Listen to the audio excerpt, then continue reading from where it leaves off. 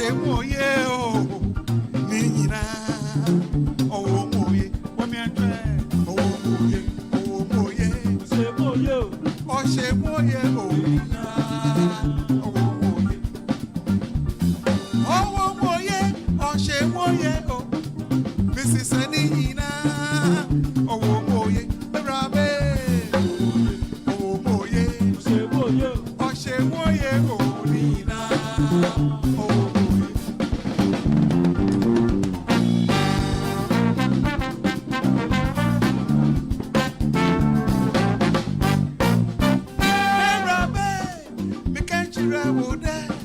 Mrs. Anina Yako school, yetra classroom. Why a teacher? Namasoma ya doctor. If you were libi labalaba libi labalaba labalaba ah ye kamwa oye oh moye oh she moye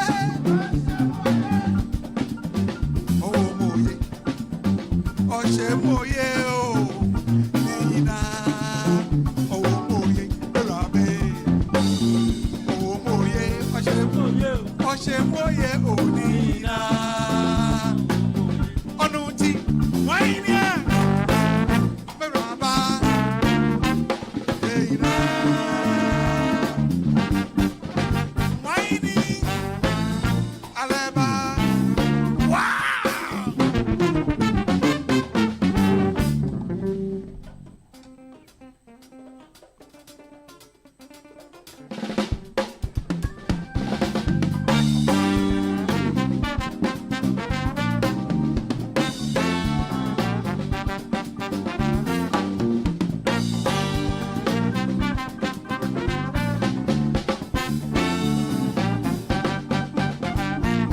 school, yetra classroom. Why a teacher? Namasoma ya doctor. Obiswa ya nurse. Obiswa ya kaya yo. Why a politician? Namasoma ya musician. If you were libi laba laba libi laba laba ah ye kamwa oye oh moye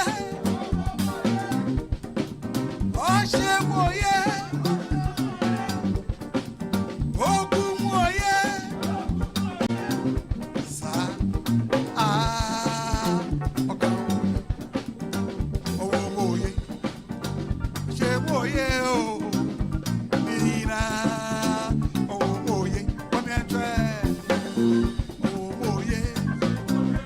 Oshemoye o Onuti Wainia Aleba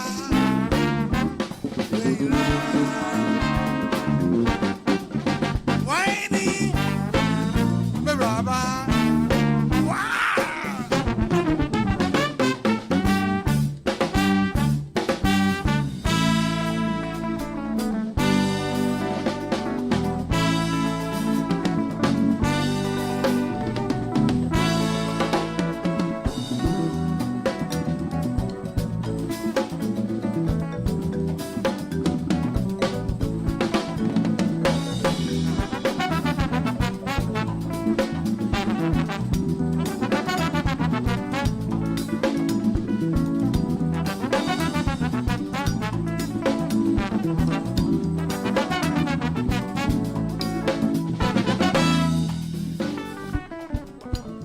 If you see notice when they walk, make you notice say they grown around, they run.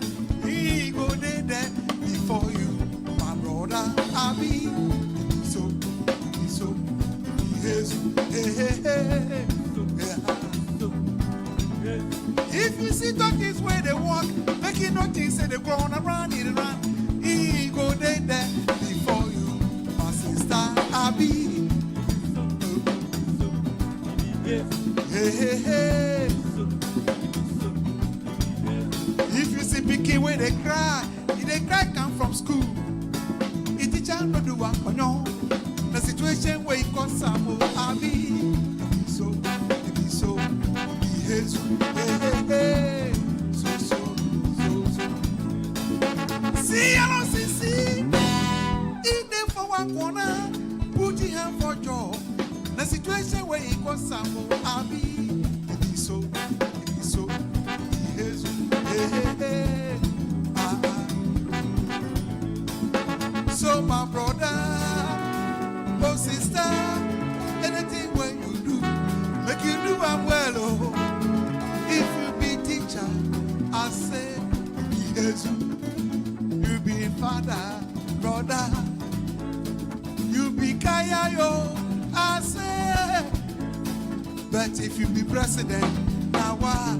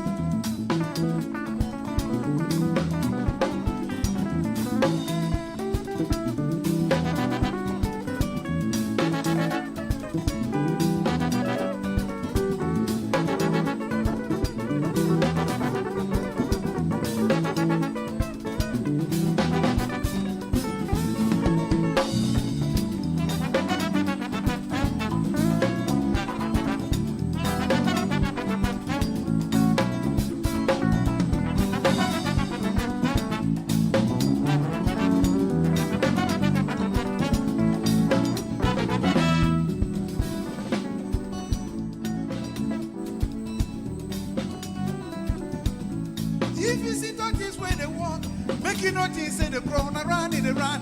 He go there before you, my brother. I mean, it is so, it is hey. See, I don't see.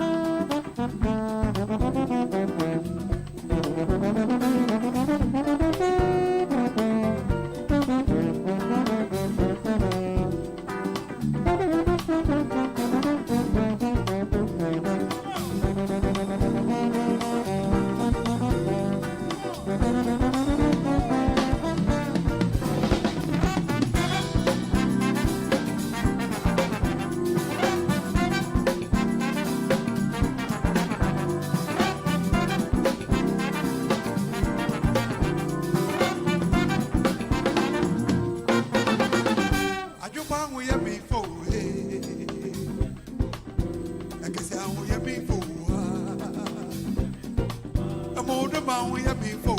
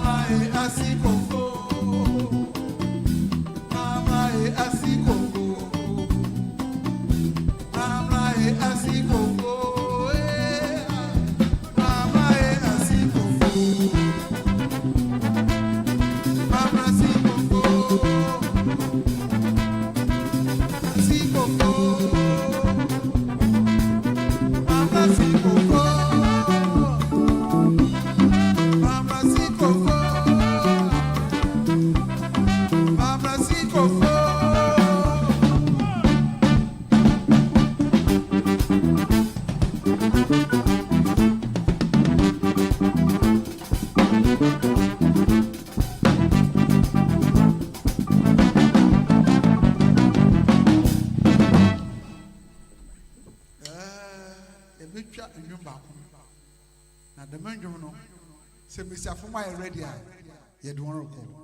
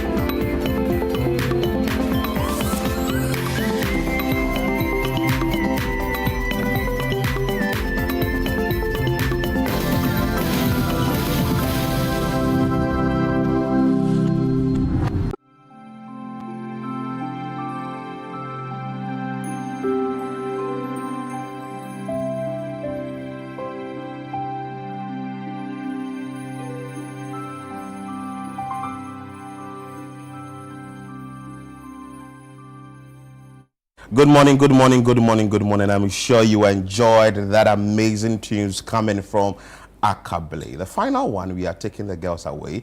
And of course, we are taking you away on the show. It's a Friday and it's Breakfast Daily here on Channel 1 TV. I am Philip Latte. And my name is Chris Carter. And of course, the weekend is finally here. And that is why we are coming up with a great show today to usher you into the weekend. It's going to be entertaining, informative, educative, exciting at the same time. That is why we want you to feel free to send in your questions, your contributions, and even your heartfelt messages to your loved ones via the WhatsApp number on the screen. If you're watching us on YouTube live right now, you can use the live chat or you can actually use the comment section. Just leave it right there and we will get to read it on the show. And of course, we have a lot for you on the show today. We're talking Galamsey at a point. We'll be having interviews. And of course, we will bring you an entertainment segment on the show. It's a Friday. You need to know something about entertainment, what will be happening over the weekend and all that. But have you also heard of the Northern Business Fair, which is happening 25th and 26th of October this month at the Tamale Sports Stadium, 9 a.m. to 6 p.m. each day. We are taking it away from Accra. We are not taking it to Kumasi, but we are bringing it straight to you in Tamale, so that at least all the regions in the northern part of the country can have that interesting moment for them to also showcase what they have for people to also buy from them. So just make sure that if you want to be part of this event, call the numbers 205-973-973 and make the bookings, get the registration and all that, and get the information that you need for this all-important event. And of course, we have EcoBank, Side Hustle, GEPA, Ghana Enterprises Agency being our sponsors for this great event. And like we keep saying, I'm moving in from Accra. We are bringing it to you in the northern part of the country. So grab this opportunity. Let somebody know what you have. Let somebody know what you have in the northern part of the country and get to buy something. And very important, network, which is very, very important. Chris. All right, now it's time for us to remind you that the Channel 1 News app is live, so feel free to download it, especially if you're an Android user. All you need to do is head to the Google Play Store and you can download the Channel 1 News app. This actually helps you stay updated and with every news item or every information that you need to know. Especially this is for travelers or people that move around and still want to stay connected to the news. In fact, authentic news, the real news. If you want to stay, connected to the real news, all you need to do is download the Channel 1 News app, either on your phone or on your tablet. And voila, you will get it right there on your palm, in your pocket, in your suitcase, in your briefcase, right there. All you need to do is just download it. So we are waiting for you to download it. So download it now so that as soon as we post it on our portal, just a notification. You get it. Okay, fine. 12 people have been arrested as a result of engaging in illegal mining. You get that notification on your phone. Or maybe the government has put in this initiative. You get it on your phone.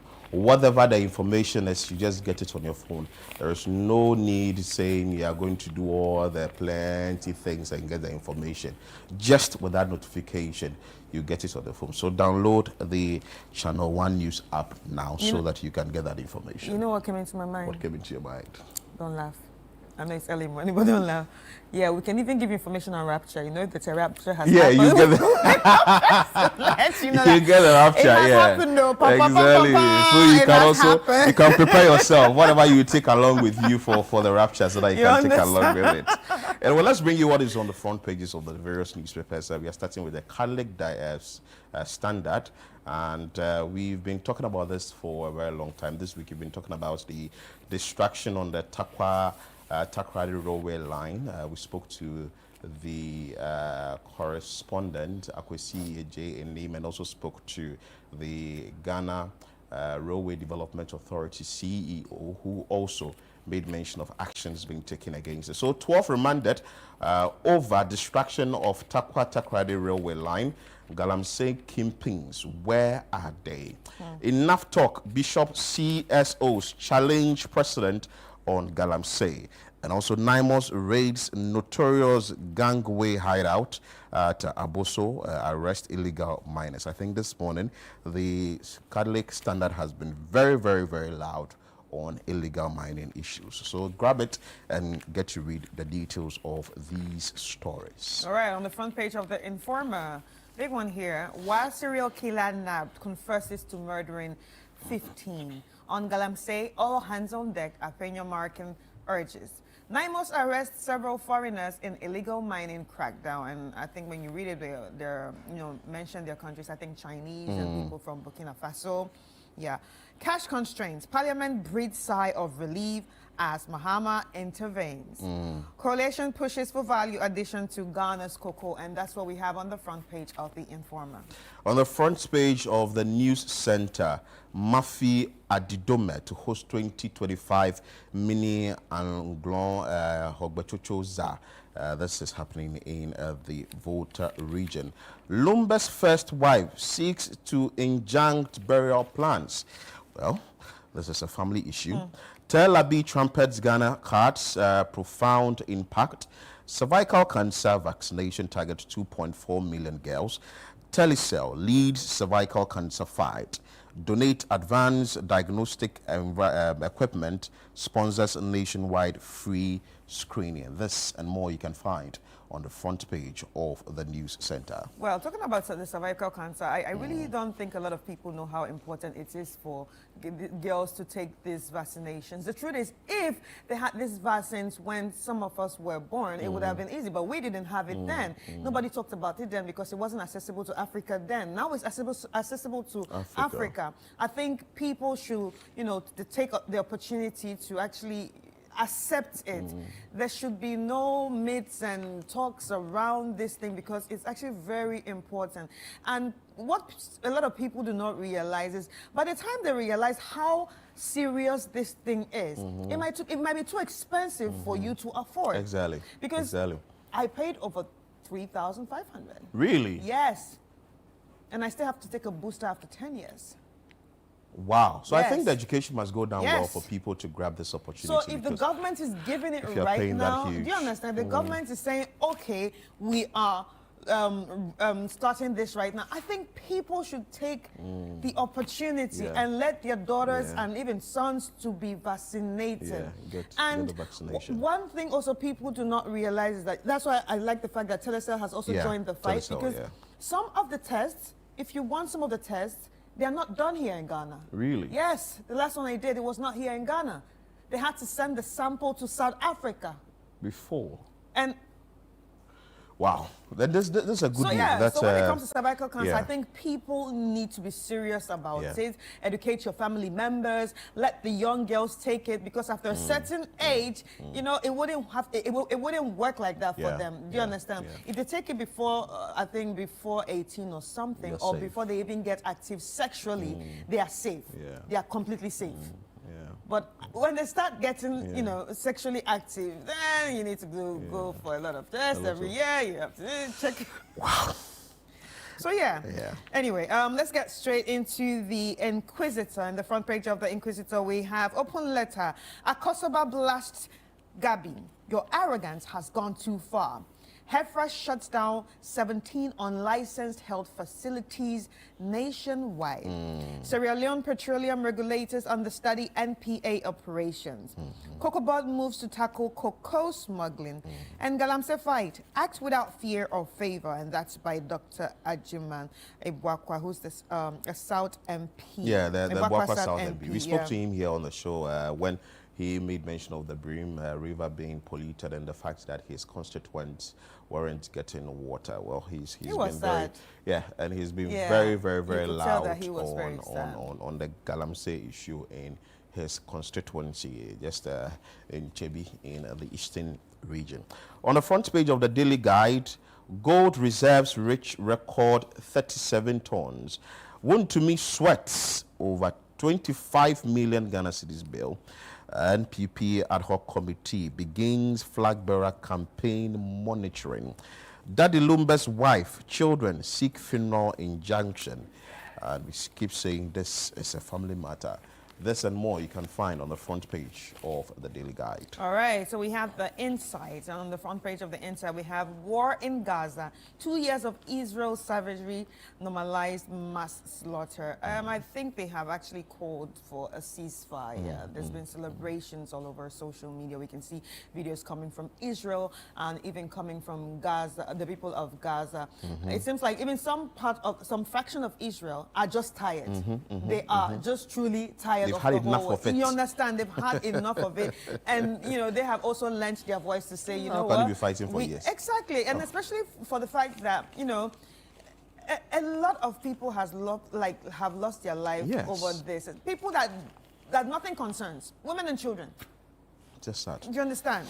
So yeah, it's a great thing that they have actually, sorted that out. Islamic scholar calls for radical measures to end galamsey in Ghana.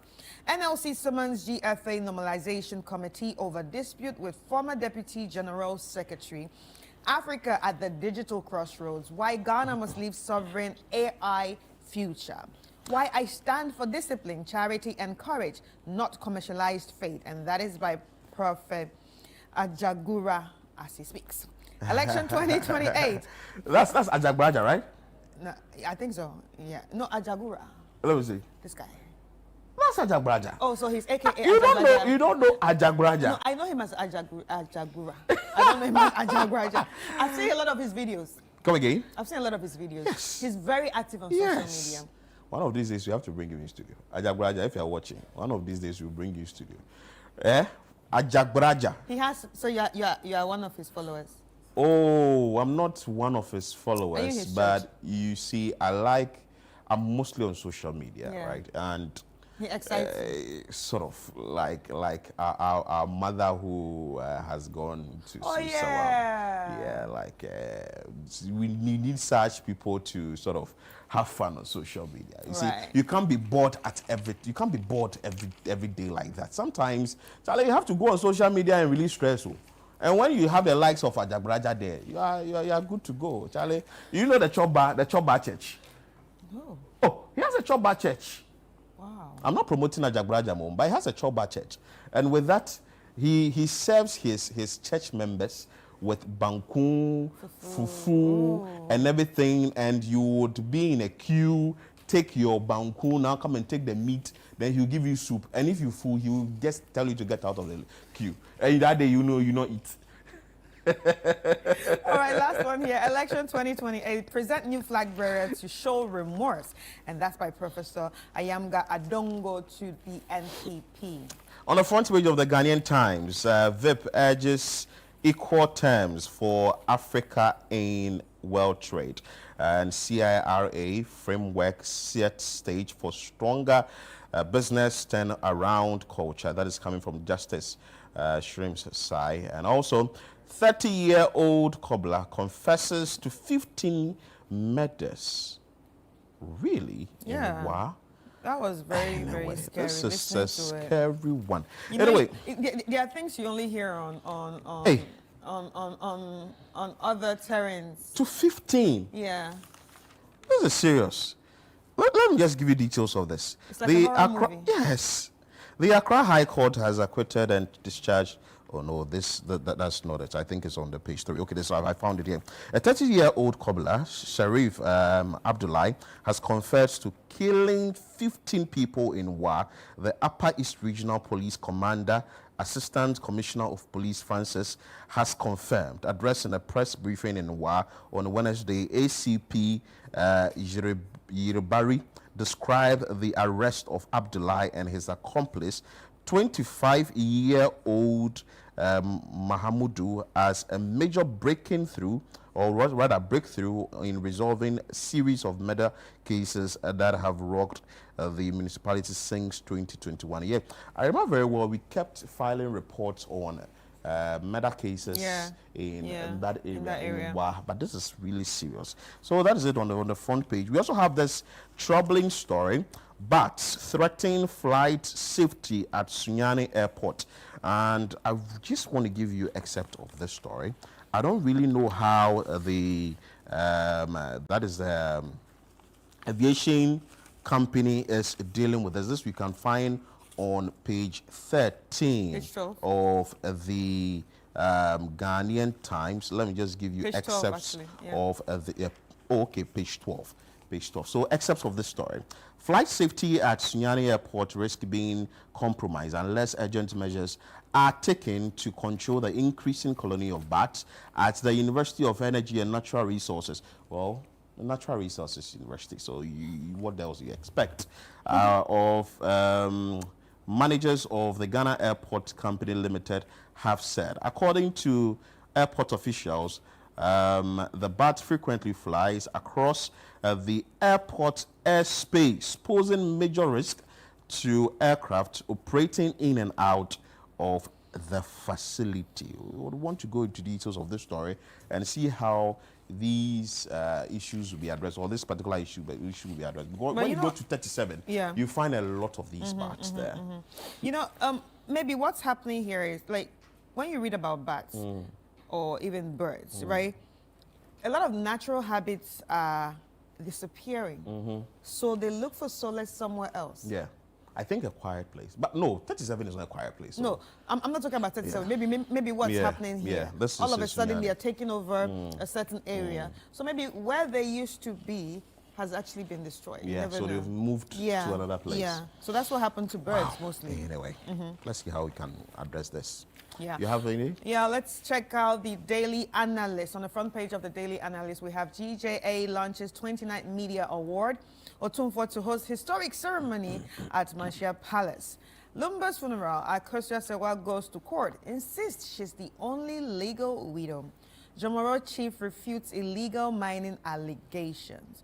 Mahama's government will recruit based on real needs, not politics, and that's by Van der Poel. Mahama's government will not restrict free speech. Kwachi Ofosu. That's Kwachi Ofosu. Yeah, Kwachi Ofosu, Minister of State in charge of Government and Communication. Yes. And lastly here, Chinese Burkinabe nationals busted over Galamsey. Galamsey seems to be on all the papers. And you have details of this on the show subsequently. On the front page of the Chronicle, Mosquito, Julius Debra have no chance to succeed Mahama. This is coming from Musa Dankwa. Africa's telecom lessons for Ghana's 80 crisis. Page 7, you can find that story. And of course, on the front page of the Chronicle, we always have a memory verse for you. Isaiah 41:10 says that, so do not fear, for I am with you. Do not be dismayed, for I am your God. I don't know whether this memory verse is talking to Julius and Mosquito. All right. On the front page of the Ghanaian Publisher, which is my last paper, Fidelity Bank backs responsible AI at Pan-African Summit. Army not for aged. Oh wow. NDC. Okay, let me read that again. Army not for aged NDC foot soldiers, and that's by Intim Fojo. CID invites Kulendi over Jackpot case. NIMOS leads major anti-Galamsey raid, and MPP conducts presidential ballot today. On the front page of the Herald newspaper, Mahama sending General Upon Pepra to Canada despite 10.5 million Soviet Union military scrap procurement scandal. We also have on the front page Sanity Africa poll contradicts Baumier's lead in global info analytics. This is come as Ken Ejapon emerges top contender. Well, we also understand that the balloting will be done today. Let's see how that will unfold in the front of the NPP flag bearer race. Lawmakers split over age ceiling on soldier recruitment as MPP era oldies enrollment surfaces. Interesting. I saw some judge raising this particular concern, and also Dafia Gopo says that he was going to challenge it. We'll bring you details of that as well. Ghana's petroleum model attract Sierra Leonean regulators. Extortion and bribery claim hit SHS placement system again. This and more you can find on the front page of the Herald newspaper. All right, so let's head online. We'll start with channel1newsonline.com. We have here NPP flag bearer hopefuls to ballot for position today ahead of January primaries. Prioritize call for substantive defense minister, not enlistment age. Fujo to NDC MPs. Military age limit proposal, it's very dangerous and needless. And Team Fujo is speaking again. A Japan set to ballots Friday despite 4 million Ghana cedis development fee controversy, and that's by his campaign team. Akosua Sewasu's Lumba family seeks recognition as sole wife. Forensic report delays prosecution in murder of immigration officer. Tragic death of trader in Sekandi market collapse sparks urgent calls for redevelopment. Mass recruitment for votes hurting economy, and that's by Van der Poel. Auditor General's report. Don't lump all irregularities as corruption. Elvis Darko to government. La General Hospital project to be completed in 2 years, and that's by Akando. Stop misleading Ghanaians on salary delays and recruitment, said a champion tells Labour Minister. Citizens are customers, not subjects. CUTS International calls for public sector service reset. And lastly, 2 Chinese Burkinabe nationals arrested in NIMO's anti-Galamsey operations. And of course, on the front page, or what you can find, citynewsroom.com, NPP flag bearer aspirants to ballot for position today. We'll be looking at how that is going to turn out to be on the citynewsroom.com. NPP flag bearer aspirants to ballot for positions today. We've seen most of them crisscrossing the country and backing on their campaigns and all that, but as to who is going to be number 1, number 2, number 3, number 4, number 5, we are yet to see that after today's balloting. Also, Public Accounts Committee Mahama push for swift prosecution of corrupt officials. Commendable. This is coming from Edem Senano. And also, U.S. Department of Homeland Security now plans to deport Abrigo Gracia to Ghana. And Dafiamoko threatens legal action over Ghana Armed Forces enlistment age limit. Maybe we would want to also see how that one is also going to unfold in the coming days, because this was a conversation I saw that Nate George started on social media, and it's now caught fire. And we had a Reverend in Team Fujo also coming to say that, well, it is not for oldies. They are saying that we should be moved somewhere from the 25 years to 30 years. I don't really, maybe we would have to find out details from the Ghana Armed Forces. The reason why it was pegged at that age, say 25 years and not say 30 years, because what Sam George is saying is that there are people who are equally energetic, though they are 30 years or beyond. But I also think that maybe the number of years you spend or you would have to serve in there is also very important. Yeah, but if you look at the U.S. system, we see people, older people leaving from here, Ghana. When they go there, and they get when access. they go there, to just get access, they accept them. But maybe the gun. There was even a guy on LinkedIn, remember? Yes. Yeah, he told his story when he tried to apply here in Ghana. They didn't, they didn't give him the chance. But when he went there, but when he went got to the chance. America, But yeah. isn't it a way to say that catch them young? Although you are catching them young, I think the catch them young phrase is actually very important. So yeah, maybe the whole age thingy should probably start from 25 and maybe not 30. So let me just give you details of this story. Majority Chief Whip and a Member of Parliament for South Roxin Nelson Dafiamoko has announced his intention to take legal action against the Ghana Armed Forces if it fails to review maximum age requirement for enlistment. Speaking on Eyewitness News on Thursday, October 9, 2025, Mr.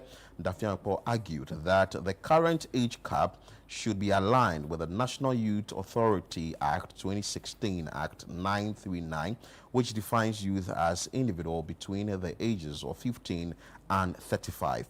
He insisted that medical fitness, not age, should be the key criterion for enlistment.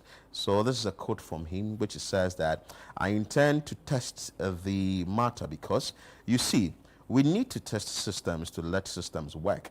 And when systems are supposed to work, they must work within the existing legal frame.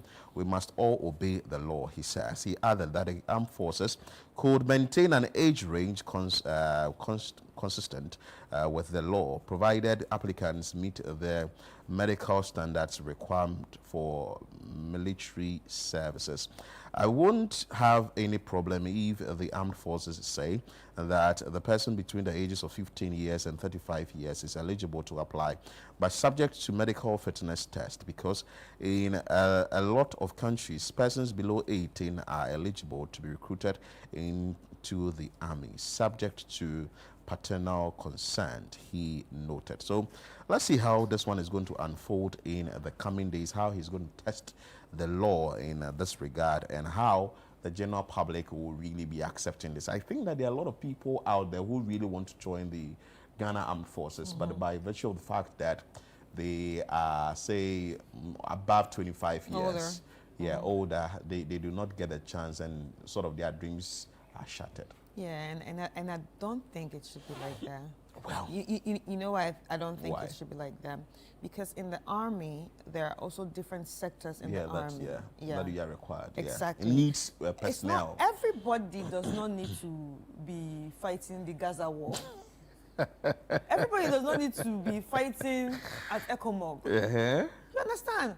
There are people in the kitchen. Okay. There are people in the who are hospital. sewing. Do you understand? Yeah, tailors. You know, there are different. Carpenters. There are different industries. And you know, within the army. The people who are engineers. Yeah. And they build these steel bridges. So, for instance, there is one at Beshi. You see. You define the 66 artillery engineers. I think so. They built that bridge.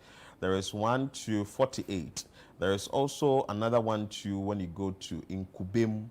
At and it was built by the Swedro, yes. You see? Another one too, we understand a number of them that you would find the military going there to really. Yeah. So if you ask me if I had my own way, if I had to be, if I were to be the system, I would choose based on test fitness, based on what you can bring on into the group. Do you understand? It's because sometimes the people you are even choosing say, sometimes they're not even psychologically well. That's my main problem. My main problem when it comes to the army sometimes. Some people need psychological whatever. Well, maybe you would have to take mental health also. Yeah. Because when they get angry like this, hey, do you know who? I also think I also think it's a training actually. Let's bring you more on from citynewsroom.com. We are still in the race. 4 million Ghana cedis issue being handled internally. This is Kwabena Ejipon's team, and though this issue is pending, the balloting will still be going on. We'll be looking at that balloting as well. Mohammed's government will not restrict free speech, Kwachi Ofosu assures journalists there. Otto Addo is inexperienced but needs support, not dismissal. That is from Ni Lante Vanderpoel, the coordinator for DRIP. And it looks like Otto Addo has been doing some good job. After, at least if he's doing good job, Ghanaians need to praise him. And if he's not, we would have to lash him, sort of. But it looks like he's doing a good job. So Vanderpoel says that he has to be supported and not dismissed. NPPs and I believe that too. Really? Yeah, he should be supported. He should be supported? Yeah. I think some of the things we are seeing right now sort of is lack. That's what I think. There's supposed to be, they call something strategy. There's supposed to be a strategy. My lord, I've come up to support the statement that he needs support, and now you are taking us back to why he doesn't need support. Some people argue that though he's done whatever he's done right, the boys have been able to get the point. I think we have how many points? 22 points. 22 points. Yeah, Top of the 22 list. points. Yes, and we are hoping that this Sunday Comoros. we will deal very well with Comoros Yes. and maybe pick up the 3 points there. I like the and way you say get- deal very well. You know why? Why? So Comoros will sit down like this and do like this. Oh, for but you- that's what for you to Central deal with African them. Republic did. But that's what Central African Republic did. Comoros will just come and be at Akimbo or Yes. like this and wait for you to. But you know these things. Normally, a lot of factors come to play here. For instance, it's your home country. Yeah. So you So- are so you're playing on the here. sanitarian. Exactly. So you have a lot of people supporting you. For and, instance. and that will be bad if Exactly. they don't win. You see, you can Like, you it will can't be you can't move bad. out You you don't can't win move at out of home. there. And this happened at Accra Sports Stadium. I really so want to watch. So imagine what is going to happen on Sunday. After maybe you've taken your fufu, Sunday fufu and all that, you've gone there and you're going to have fun and all that. But I think that the Ghanaian, the Black Stars will do well when it comes to this. I'm very much convinced that they will do well and defeat. That is Comoros, pick the 3 point, add it up, make it 25 points, and now our passports are safe. Yeah, the out passports to, there because people have now put the passports under their pillows, Right. waiting that at least the good news will come. They've qualified though, because even if they lose. They've qualified, but it's about Cementing it. Yeah. okay. Yes, because of the numbers. solidifying it. The math. Yes. We don't want that I mathematics. really don't like the math Yes. part. So if you've qualified, but you see, you don't know what the other ones will also be planning. Someone like Madagascar, I think, is it Madagascar that is having the 19 points? Yeah. Yes. So Yeah, if you lose that match, for instance, and another team also does his or her thing, and you're still, I don't know how the calculation is going to But go. wait, Maybe the but sports wait, guys but, will but, have wait, to you help know, us with that. I like what you're talking about. I have hope and I have great conviction that Black Stars will win. But I've been asking you since, Philip, you're not a very good co-host or a good friend. Where's my jersey? Ghana jersey. I need a Ghana jersey. Oh. Like this by Monday, like this Monday morning. That's what I'll wear. No And worry. welcome to Breakfast Don't Daily worry. on a Monday morning. We you know, will sort you out. We will sort you out. by Monday, I need to wear Ghana jersey. The yellow one. It's like there's luck on That's the one that has a lot of luck. So Yeah. we are hoping that Otuado will be supported. He would be given the needed support from all stakeholders. That is what Neil Antevanderpoel is saying, that though he's inexperienced, he needs the support. Yes. MPP's ad hoc committee begins monitoring presidential aspirant campaign today. Continuous adjournment deepening our pain. Family of murdered immigration officer. Tewu pushes for 50% hike in base pay ahead of salary talks. Fix administrative lapses causing salary delays. Vanderpoel to government. And Chris, imagine you've been working for a year and you've not received That's so sad. a salary. That's so sad. And Yes. honestly, I still wonder how people do it. How people are surviving. Yeah, because like for a year, is it that we are trying to keep ourselves busy for that long? Do you understand? Is it that you've become too comfortable with not getting paid? Is it? Do you understand? So I feel like it's There's also it's heavy, it's another sad. issue on this, saying that it looks like the previous administration didn't put in the needed measures before they employed or recruited I heard some that. people. But yes. you see, with that, I don't think it's fair on the people. There should be a way to sort it out. Even if you feel the previous government did not put, the necessary measures, people have worked. People have worked. So even if you cannot give them all their salary, At least they should be given some. find a way to actually compensate them. But they'll know that, the previous government did not do this, did not put this in place, did not do that in Apportioning place. This is not time for politics with people's lives. Apportioning blames here and there. It's just sad because, like Chris said, having worked for a year, let me bring you details of this story. The National Coordinator of the District's Road Improvements Program, DRIP, Neil van der Poel has expressed concerns over the persistent delays in paying salaries of nurses and teachers across the country. Speaking on Breakfast Daily yesterday, Mr. van der Poel noted that the situation has become a recurring problem in Ghana's Fourth Republic and must be urgently addressed. So a quote from him says, "It is worrying when continually in this country, teachers, nurses and other service staff who are recruited have to spend months before receiving their salaries. It has been occurring frequently in this Fourth Republic. It has also become like a norm that teachers would be recruited, nurses will be recruited, sometimes even doctors, and for months they wouldn't be receiving their salaries," he said. He described the problem as a structural defect within the administrative system and called for reforms to ensure swift recruitment and payment processes. Another quote from him says that, "I think it is a structural defect that we have within our administrative system, and I think we should be looking at how promptly people are employed, and immediately they are employed, they are captured onto the data system, so their benefits will be paid to them as when they are due," he added. His comment follows recent protests by frustrated health and education workers who claim they have worked for up to 10 months without payment. So what are they eating? How are they surviving? That's what How I'm are they saying. going about their day-to-day activities? How are they telling their people that, well, Imagine those that have kids.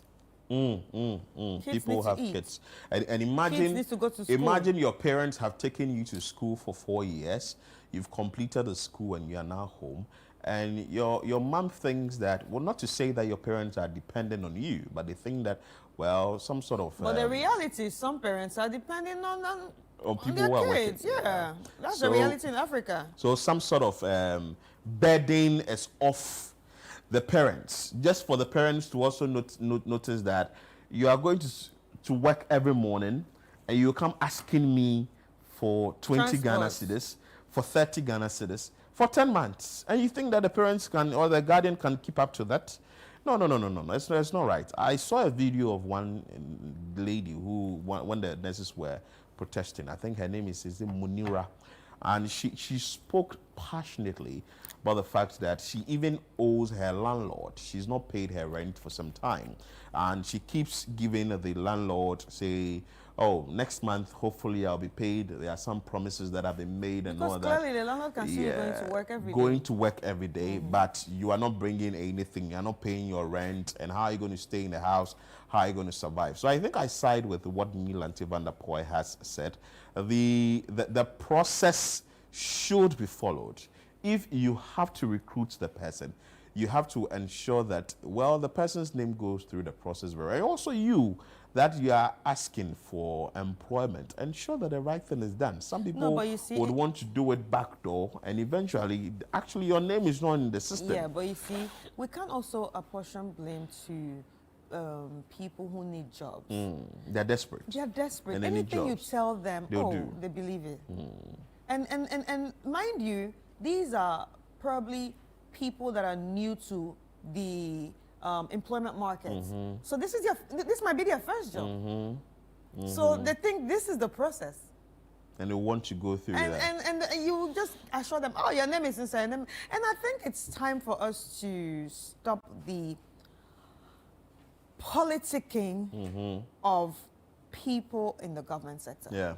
If you have a concern like that, for instance, you've been working for some months, government worker, you've been working for some months and sort of you've not received your pay. Well, on the text line side there, 0204447033. Let's hear from you so we can see where these people are coming from, so that their concerns. Are they only teachers? Are they only nurses? Are there people who are working in the local government sector? Let's hear from you. At least you can send us your thoughts, submissions, and comments. We are here. We read it loud and clear for you, because Rashid Pelpo, who is the Labour and Employment Minister, had made mention of the fact that they will get the issues addressed. But I'm sure that if we speak to it, certainly we are going to amplify your voice for the authorities to also know where the issues are and how best we can get these things addressed. Like Chris was saying. We can't really apportion blames to the Actually, people who want jobs. want jobs, Yeah, oh. because and you know, the universities are now churning out a lot of people. A lot. The training colleges are churning out a lot of people.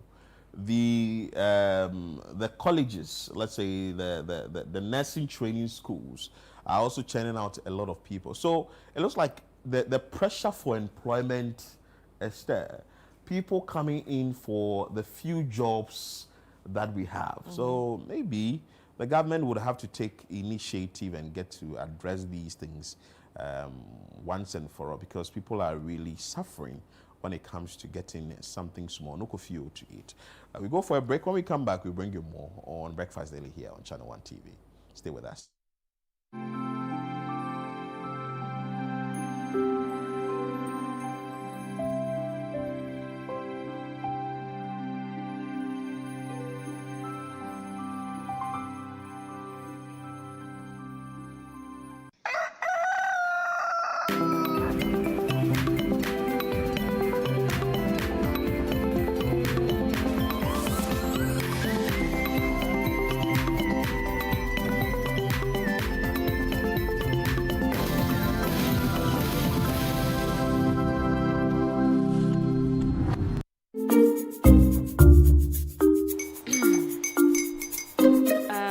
Kwame and his uncle are almost here. Wait a minute. This one too, your friend Kwame. Wait, Kwame.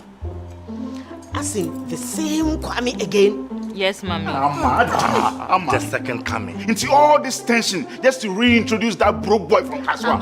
Why would you deceive the family like this again? Now I understand the whole delay. Troll from Kaswati. Why wouldn't he be late? Or being late? Of course.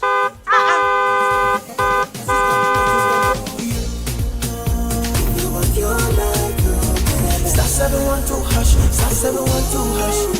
Yeah, you go get the luckiest. Copy from Georgia be luckiest. From not the block, she be luckiest. Yeah, you go be luckiest. No matter what you're luckiest. Everybody go be the luckiest.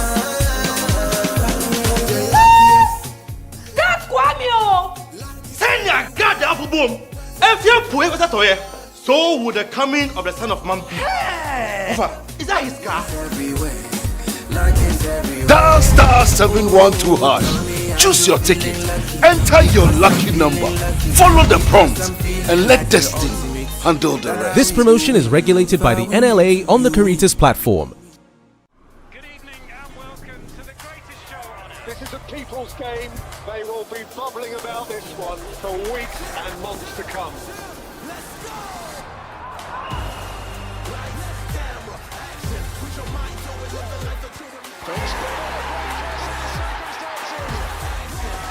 It's on SuperSport all season long. Pay your subscription today. Dial star 759 hash. Available on DSTV and GoTV. October marks the 22nd Cybersecurity Awareness Month, a crucial time to protect what matters most in our digital work. From hackers to phishing scams, the risks are real for individuals and businesses across Ghana. Remember, so is the power to stay safe online. Join us this October on Channel One.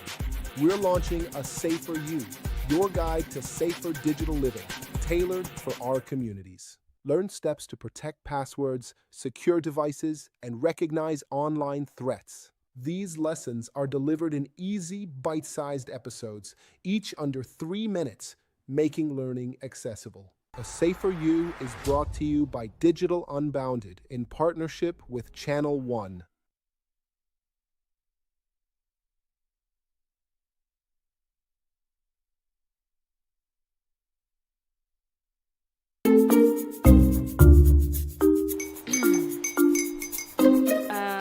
Kwame and his uncle are almost here. Wait a minute. This one too, your friend Kwame. Wait, Kwame. As in the same Kwame again? Yes, mommy. The second coming. Into all this tension just to reintroduce that broke boy from Kaswa. Why would you deceive the family like this again? Now I understand the whole delay. Troll from Kaswati. Why wouldn't he be late? Or being late? Of course.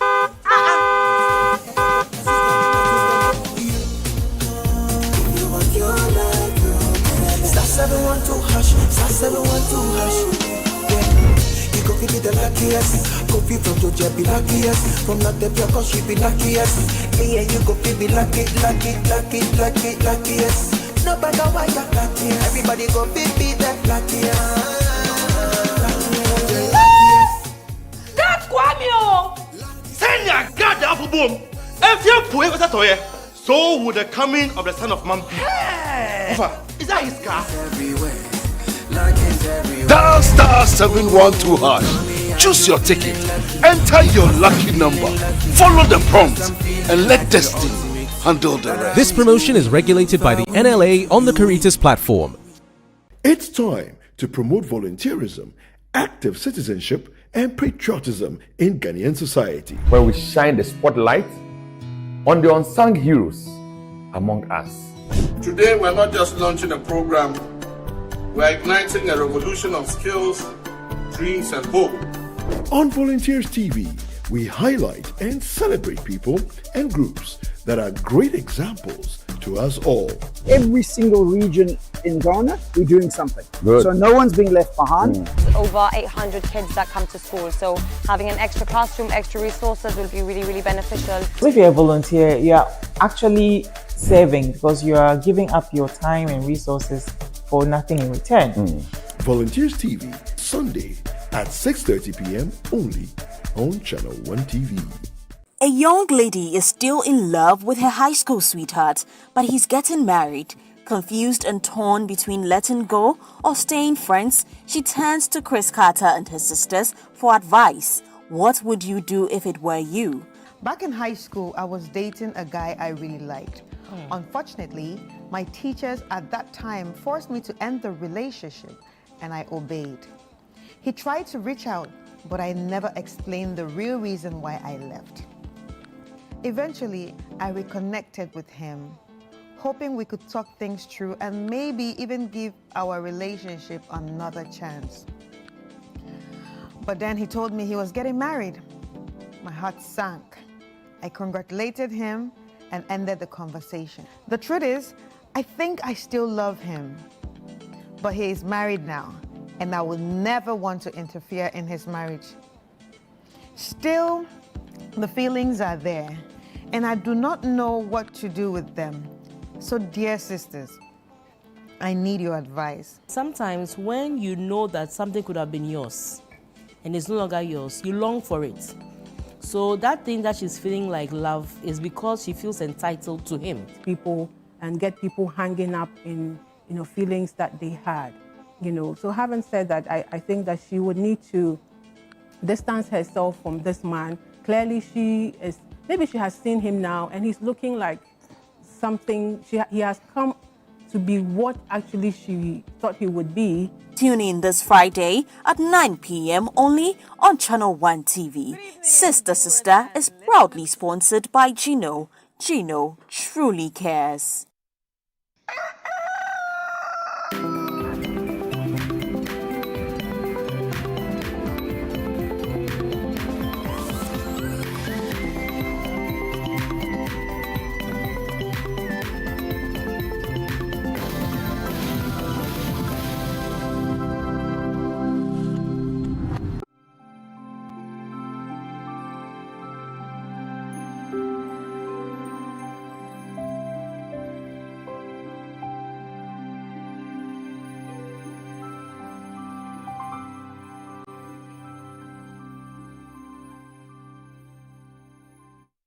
All right, welcome back. It's still Breakfast Daily right here on Channel 1 TV.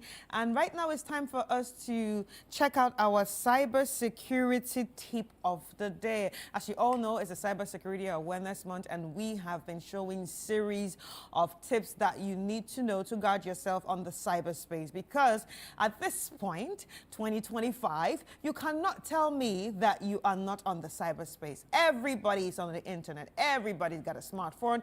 Everybody has an app or two that they actually use. So today we're going to be looking at the psychology of scams. And there's been so many scams when it comes to what pops up on our phone, our emails, and our computers. Anyway, let's check out this video, and when we come back, we'll have a little conversation about it and continue the show.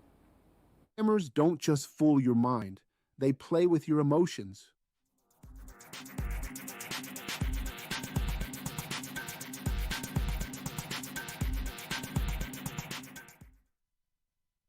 Welcome to A Safer You, your guide to safer digital living, brought to you by Digital Unbounded and Channel One TV. Today we're talking about the psychology of scams, which means how and why people are tricked into clicking on fake links or messages. Many people believe they fall for scams because they're careless, but that is not true. Scammers use smart tricks that target our emotions, such as fear, excitement, and curiosity. They do this to make us react quickly before we have time to think. Most people think that scammers only hack computers, but that is not true. The real danger is that scammers hack people. They study how we respond, what makes us panic, and what catches our attention. Then they use that information to make us click without even realizing what is happening. Some scams use fear with messages that say your account has been blocked. Others create urgency with messages that tell you to act now or lose access. Some use excitement with messages that promise you have won a prize. Others use curiosity with messages that say, see who has been viewing your profile. Each of these messages is built to touch your emotions so that your body reacts faster than your mind. That is why so many people click before they think. When you see one of those messages, your emotions respond first, and your logical thinking slows down for a few seconds. That short delay is exactly what scammers are waiting for. For example, a scam might look like a message from your bank asking you to click a link right away. Another might look like a delivery update that asks you to confirm your address. Some even look like fun social media quizzes that secretly collect your personal information. All of these tricks work because they use emotion to rush your decision. The best way to protect yourself is to slow down. When a message makes you feel scared, excited, or rushed, pause for a moment and take a deep breath. If the message says it is from a company, do not click on the link. Instead, visit the company's official website or call their real phone number. When you take a few extra seconds to think, you give your brain time to catch up, and that pause can stop a scam before it happens. Here's your action plan. Remember the tricks: urgency, fear, excitement, curiosity. Slow down, think twice, and check carefully before you click. Scammers use emotion to trick people, but your calm is your strongest protection. Stay calm, stay smart, and stay safe online. A Safer You is brought to you by Digital Unbounded in partnership with Channel One TV. All right, and there you have it, and that's the tip of the day, and it's all about the psychology of scams. And I think this is a very important tip that was shared, because, okay, let me share my experience with you. Apart from the normal Momo one that comes in, the new one, okay, apart from the normal Momo one that comes and the one that they do, I'm a prince of some country, please, I'm stuck in Afghanistan. Yeah, apart from those 4191 there's a new one that they do now, and they target influencers on social media. Really? Yes, so they actually reach out to you. I've gotten a couple of those messages. They reach out to you because they know, as influencers, especially lifestyle and beauty influencers, that we need PR packages to show people that, oh, we have this from this company. They reach out to you and you're excited about it, and they come as big brands. Wow. Yes, so you have to be very careful. For me, like, I've got international brands reaching out, very legit ones. You don't need to pay anything. But these scammers come as big brands, and they tweak something off on the website, and you don't know. You're still seeing it as a brand name, but you have to look at it well. Maybe there's one letter missing. You understand? And then when you click it, then I'll tell you, oh, okay, what you need to do now is, oh, you've passed the process, you've passed the first process. Now just pay some money, and when you pay some money, they will send you the things from And that's it. You never hear from them again. And then that's it. Wow. You just have to be careful. It's so crazy. And I like the fact that it says slow down. Yeah. Pause. Think twice. And you have to read. Yes, and you have to read. You have to read. Yes, because they are targeting you. People are sending into your emails. People are sending onto your phones Facebook. I think I got a message some time back on Facebook when the person says that I think we are related and there's this amount of money that has to be given to you and blah blah blah blah blah blah blah. So if I had followed the fact that that amount of money was huge, I would have ended up giving my entire information to a stranger who is going to have access to my account. So I think that we will just have to be very careful, take these tips very seriously. And the same Facebook, some people pretend that they work for Meta. They'll tell you, oh, I'm a rep from Meta. Your account has been compromised and will soon be blocked. Click on this link for us to sort out the whole situation. And now, like they said, take it easy and, you know, don't rush in doing things. If you read the website, there is nothing Meta about it. There is nothing Facebook about it. Do you understand? It's totally different. And I'm like, how do you even do this? You should just be careful out there. Just be careful out there. You may not know what will pop up in your account and who will be following you, who will be tracking you. Like the tip I have taken is slow down. Think twice. If it's not yours, it is not yours. The amount of money that the person is promising that he or she will give you, have you worked for it? If you haven't worked for it, it's not yours. Don't be a thief. Don't be a thief. Don't say that you are being a greedy person to the extent that you just want to go in for that. At the end of the day, your entire account will be hacked. And when it's hacked, then it will be a bigger problem. But I think we have more tips. Let's bring you what we brought your way this whole week when it comes to the cybersecurity awareness issues. And this is a safer you. Enjoy and learn something. Birthdays or your location online feels normal, but could it be giving hackers the keys to your life?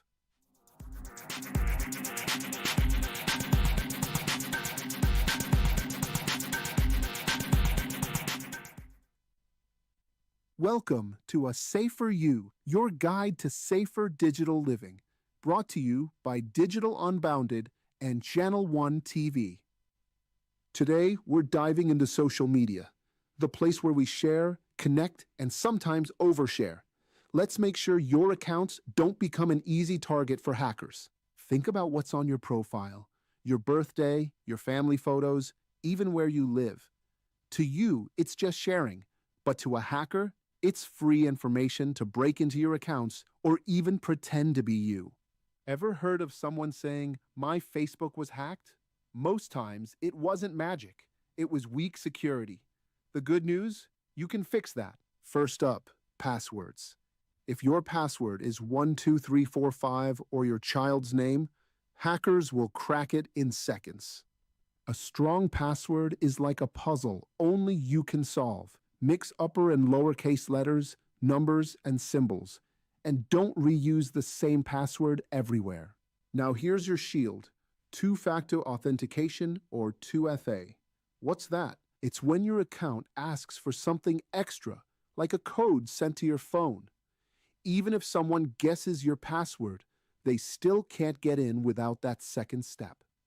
It's like having both a lock and a chain on your door. Have you ever shared a photo of your boarding pass or your child's school? Feels innocent, right? But it gives away private details that strangers can use against you. That's why privacy settings matter. They're your filter, deciding who sees what. Check your settings and make sure only friends, not the whole world, can see your personal posts. And remember, once it's online, it's out there forever. Think before you post. Scammers love to pretend. You might see a profile that looks exactly like your friend's. Same name, same photo. That's called impersonation. They use it to trick people into sending money or sharing secrets. Or you might get a message that says, "Click this link to win a prize." Sounds exciting, right? But it's a trap. That's called phishing. They want you to click so they can steal your info. Rule of thumb. If it feels urgent, scary, or too good to be true, it usually is. Here's your action plan. Create strong, unique passwords. Switch on two-factor authentication. Lock down your privacy settings. Stop oversharing personal details. Watch out for fake accounts and suspicious links. Your social media is your digital mirror. What you share reflects who you are. Keep it safe, keep it smart, and protect the reflection of you that lives online. A Safer You is brought to you by Digital Unbounded in partnership with Channel One TV.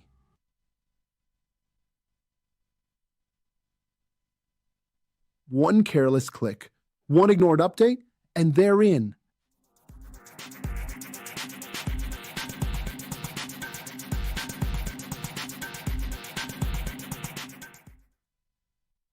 Welcome to A Safer You, your guide to safer digital living. Brought to you by Digital Unbounded and Channel One TV. Today we're talking about two things that can make or break your online safety: how you surf the web and keeping your software updated. Because one careless click or one ignored update can open the door for hackers. Not everything on the internet is what it seems. Think of the internet like a massive street market. Some stalls are honest, others are straight up scams. The trick is knowing how to spot the difference. When you visit a website, check if it starts with https:/ and shows a little padlock symbol. That means it's using a secure connection, like locking your door before you go inside. And those flashy ads that say, "You've won a prize," or "Click here for a free gift," don't fall for them. Those are bait. Close them right away. Don't even touch them. If you're shopping, banking, or entering any private info, stay on websites you know and trust. And remember, if something online looks too good to be true, it probably is. Now let's talk about updates. Yes, those notifications you love to ignore. They're not just for new emojis or fancy layouts. Updates fix hidden security holes, tiny gaps hackers can slip through if you don't close them. Delete old or unused apps. Outdated apps are like unlocked backdoors. So, keep your apps and system updated. Those Update Now buttons are shields. The newer your software, the safer you are. Turn on auto updates so your device protects itself, even while you sleep. Oh, and don't forget to restart your device. Updates often need that quick reboot to finish the job. Here's the truth. Hackers count on your habits. They wait for the lazy click or that skipped update. But you can beat them with smart daily moves. Here's your action plan. Browse smart. Look for HTTPS and the padlock. Avoid sketchy pop-ups and prize ads. Stick to trusted websites and keep your apps and devices updated. Always. Smart browsing and regular updates keep you one step ahead of hackers. Stay smart, stay safe, and stay secure online. A Safer You is brought to you by Digital Unbounded in partnership with Channel One TV. One careless share, and they've got your life.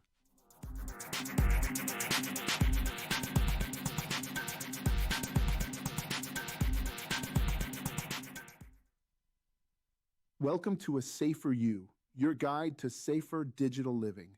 Brought to you by Digital Unbounded and Channel One TV.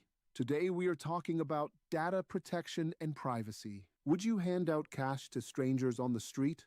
Of course not. But every time you share too much online, it's like giving away pieces of your most valuable currency, your personal data. Your data is more than just numbers. It tells your story, who you are, your habits, even your money details. Hackers and advertisers see this as treasure. Hackers can use your details to trick people or steal money. Companies watch what you do online to show you ads that follow you around. And once your data gets out, it's very hard to get it back. Think of privacy settings as locks on your digital doors. These help you decide who can see your posts and information. Always check your privacy settings on social media. Don't share things like your birthday, where you live, or personal photos with everyone. Sometimes people post on vacation for 2 weeks. That's like telling thieves your house is empty. Also, review who is on your friend list. Not everyone needs to see everything you share. Ask yourself before posting, would I give this to a stranger on the street? If the answer is no, then keep it private. Protecting your data means building good habits. Use strong and different passwords for every account.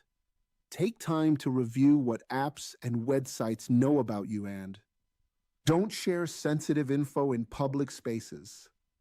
Turn off permissions they don't need. Here's your action plan. Treat your personal data like cash. Adjust your privacy settings. Avoid sharing too much. Keep an eye on your digital footprint. Your data is your currency. Protect it wisely. Stay smart, stay safe, stay secure. A Safer You is brought to you by Digital Unbounded in partnership with Channel One TV. A thief can grab your device and your digital life is at risk. Could it be you?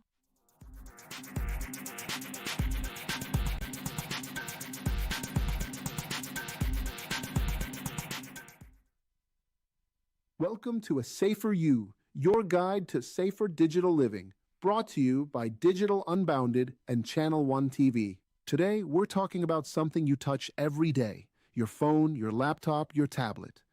The little devices that hold your life, your chats, your memories, your money. You lock your front door to keep your home safe, right? But your phone, your digital front door, stays wide open. Leaving your phone on a cafe table, that's like leaving your wallet in the street and hoping for the best. Let's start simple. Your phone, your laptop, they're not just gadgets. They're valuables. Treat them that way. Never leave them alone in cafes, airports, or offices. If you have to step away, take them with you or keep them where you can see them. Use strong screen locks, like a password or a PIN. So if your device is stolen, nobody can open it easily. And if your phone or laptop has a Find My Device feature, use it. It's like a digital tracker that helps you find your lost device. Even if you're careful, things happen. Phones fall, bags disappear, screens die. Backups are how you breathe easier when life happens. Backing up means making a copy of your important files, photos, documents, contacts, and saving them somewhere safe, like in the cloud or on an external drive. The cloud is like a safe online storage place that you can reach from anywhere. Set your backups to happen automatically so you don't forget. And every once in a while, check that you can restore your files in case something goes wrong. Now here's something important. Backups don't just help if your device gets lost or breaks. They're your shield against something called ransomware. You know when a hacker locks your files and asks for money to unlock them? That's ransomware. But if you have a backup, you don't have to pay. You can simply restore your files from your backup and keep your money safe. Here's your action plan. Keep your devices close and in sight. Lock them securely with strong passwords or PINs, and back up your important files regularly. Don't give thieves or hackers the upper hand. Protect your devices and protect your data. Stay smart, stay safe, and stay secure. A Safer You is brought to you by Digital Unbounded in partnership with Channel One TV. So there you have it, our cyber tips and what we've been, sort of a recap of what we've been bringing to you the entire week and what we've been telling you, how careful you should be when it comes to your phone, your emails, your Facebook, your Instagram, your TikTok account, your bank account, your mobile phone password, and all the details you need to really protect, because this is Cyber Security Awareness Month, and certainly we have to really get you involved and also informed when it comes to how well you should protect yourself.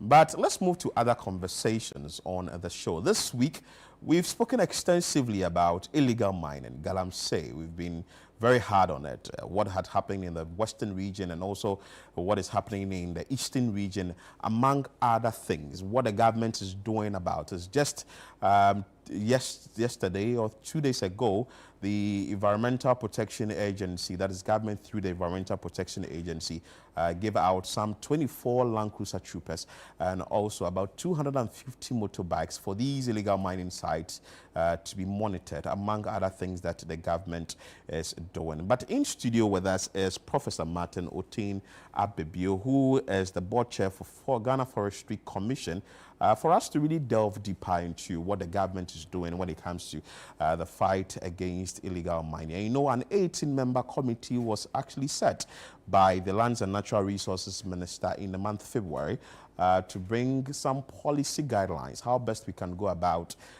mining in this country and how it can be done responsibly. And among other things that we'll be discussing on the show this morning. Prof, you're welcome to Breakfast Daily on Channel 1 TV. Thank you, and thank you for having me. And we're also excited that you've joined us this morning. More than excited. This issue of illegal mining, a critical threat to Ghana's environment and future generation. You have done some work. You have visited some of these areas, these mining areas and all that. First of all, I want to ask you, is it that bad? Thank you very much. Yes. Don't let us romanticize anything. The situation is dire. That's the reason why the government has shown that commitment to save the situation. In fact, I call it a toxic legacy if you don't fight and fight it well. It's dire. Especially in 3 regions, Western region, and Ashanti region. Really? Yes. What is it in Western North that makes it bad? What is it in Western region that makes it bad, and also Ashanti region? So if you look at the geography of the country, most of our big rivers are in the southwestern part. These are the areas that we also have our tropical forests. And these are the forest reserve that also contain the Dahomean soils, which contain alluvial gold. So the convergence of forests, water bodies, and gold serve as an attraction for those illegal miners to, as it were, carry out their trade. And in so doing, because it was done unmonitored, unsupervised, it has caused so much harm to the forest, first, to the river bodies, and indeed to our very livelihood. Remember, Ghana has had cocoa as its mainstay in terms of when it comes to the economy. Today, if you listen to Dr. Randy Abbott talk, they are struggling to make their ends meet. Wow. Yes. It's really affected the cocoa sector. Cocoa industry. That is that bad. And you being the board chair for the Forestry Commission, I'm sure you've also taken some sort of focus in our forest reserves and all that. Per your research and per the things you have seen, what is the state of our forest reserves now? So, if you listen to the minister speak the last time, he spoke about the fact that about 47,000 acres of our land forest are gone. And if you want to look at the size, about 7,500 sports football parks. In terms of, we want to quantify it, the level of degradation of our forest amount to about 7,500 football size, football park size. And that tells you the level of degradation that we are talking about. And with this miners in the forest reserves, we do have the alluvial mining, and we have some mining companies that are well regulated to go about the mining in these forest reserves. What would you say that is the major problem that is really affecting our forest reserves? For maybe people are ignoring the science and still mining in the forest reserves. Well, my good friend, you know that people have realized there's money in there. Remember, we are looking at a situation where now the gold price is going to hit around 5,000, as it were. So even you get a small ounce, you've made money. Yeah. So it's not surprising people go into the pit, it caves in, their competitors are killed, they bring them out, bury them, and the next 2-3 days, they are in there. The need to get rich quick is there. Lack of perhaps alternative livelihood in the villages. And the chronic poverty that exists in our rural areas could all account for that. But more importantly, in recent times, we've seen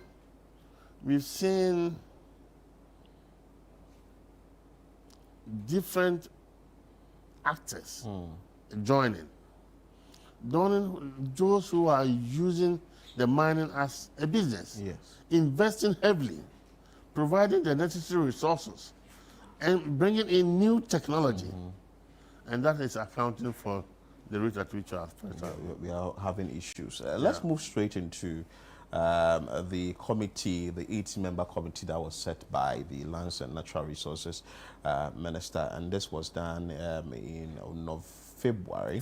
So just a story just to give our viewers a perspective of whatever we are talking about when it comes to the committee. So the Ministry of Lands and Natural Resources has been working and talking regarding the fight against illegal mining and the protection of environment, as it has collaborated with the Ministry of Environment, Science and Technology to establish a committee to develop a blueprint for the reformation and the sensitization or sanitation rather of the mining sector. The 18-member committee chaired by Prof himself, Professor Otin Abebi of the University of Ghana, has been given 2 weeks ultimatum to develop and create strategy that will serve as a form to Ghana's mining sector, a better way and a responsible way for mining. In accordance with its terms of reference, the committee will, among other things, review the licensing regime and produce or processes in mining industries, assess mining activities in forest reserves, suggest methods to stop mining in water bodies, and also propose solutions to address issues facing the mining sector. So these were the KPIs, the key performance index for the committee. But Prof, we want to find out from you, how far with the committee, how far with the report or whatever findings you have to give to the government for us to look at sort of a blueprint when it comes to the mining sector? Thank you very much. Yes, we're given 2 months initially to submit a report. But when we sat down as a committee, we realized it was not possible. So our position was this: any policy that is not driven by data is bound to fail. So we needed to do critical work, legwork, and come up with. So after our initial deliberation, we decided to give an immediate report, a short-term report, a medium-term report, and a long-term report. And that's exactly what we did. And the report that we have, which we'll be submitting perhaps next week, is underpinned by 3 key principles. Okay. The committee was of the view that the militarized fight against illegal mining is neither elite neutral nor apolitical. And that most of the times the crackdown on illegal mining affects the poor and actually leave those elite. So are you saying that the military or sort of the forces that have been put on are sort of biased? Not that. Their modus operandi almost always go against the low the low-income artisanal workers instead of those who are behind the. So they go attack the small ones. Yeah, exactly. Instead of the kingpins. Exactly, because they are on the field. The small ones are always on the field. And you hear the president talk about this several times. Because the small ones are always on the field working for the big man in the offices. Okay. And because the big men are not in there, they are not seen. And they find a way to, as it were, gag these small boys to betray them. Because when it goes to the court, they are able to find their way out to get the boys free. Okay. So we needed to understand that fact. We also have to, we also felt that the fight was not an action, but a process. Okay. A process because the galamsey is deep-rooted. But Doc, before we come to whether action or a process, you also spoke about apolitical. Yes. So are you saying that these military officers or the people who are put down there, sort of, when it comes to, they favor a particular political party, or what exactly is his explanation? No, I guess you were here in 2023 when Professor Frimpong Boateng submitted his comprehensive report. Yes.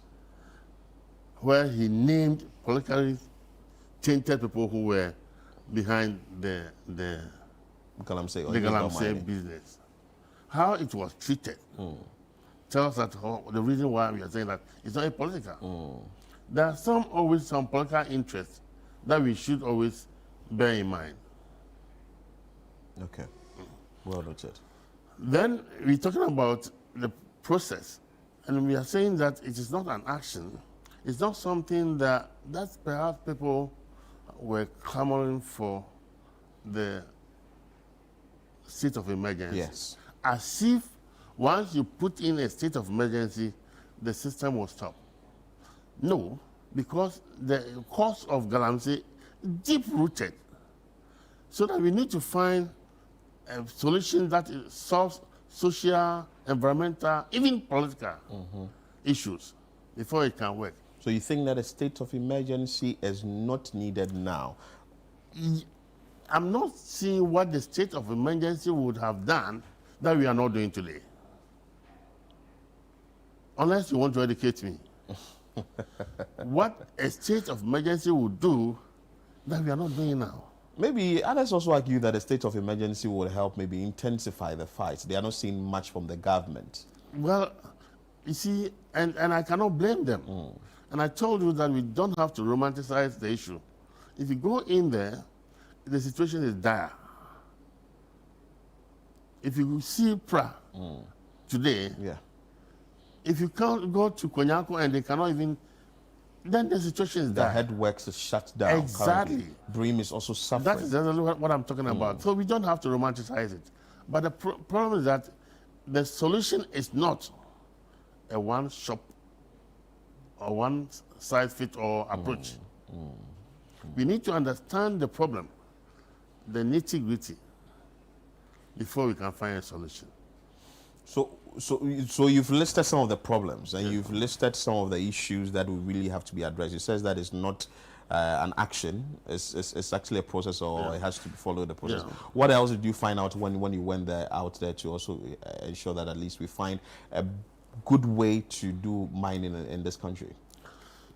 And we also have to understand that there's one point that I want to make, that not all mineralized land must be mined. Oh. There should be a trade-off. The short-term benefits in mining and the long-term benefit in national development. There should always be that kind of conversation. That's the reason why in the mineral law we have, I think section 12, we need to weigh the community benefits vis-a-vis the short-term minerals that we are going to get. So we should have some of the lands breathe. It's not like we are doing prospecting on every land. No, once you do prospecting and you think that the minerals in there will not commensurate the investment that you have to. The big mineral companies will not even do it. Okay. But the Galamsey guys would may go into do it. May go and do that. That's the reason why we say we need to perhaps go through the geological survey, identify our mineralized areas, look at the content before we start mining. But Prof, what can be done to stop people who would want to mine on all lands that they think there are minerals in there? So that is where we come in. First, the policy that we have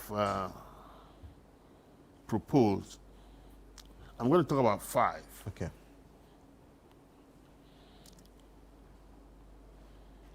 It says that before we can succeed in this fight, we need political will and consensus. Now we are talking about it. Every Ghanaian is talking about it. The pastors are talking about it. The imams are. So there's a consensus that we need to find a solution to it. Perhaps where we are not agreeing, perhaps, is the modus operandi. Okay. Second, we are also saying that the policy should be holistic. It should not be siloed. The EPA does this, Forest Commission does this, Water Resource does this. We should have a comprehensive policy that addresses the challenge. So you think that now everybody's sort of doing his or her own thing? It's a bit siloed, we think. So we are proposing first the centralization of the licensing regime. Hitherto, if one wants to do small-scale mining, you have to apply. It comes to Accra, and it takes how long? A year and plus. Fancy a situation where somebody is in Awaso looking for permit to mine. He puts in his application and it takes 2 years.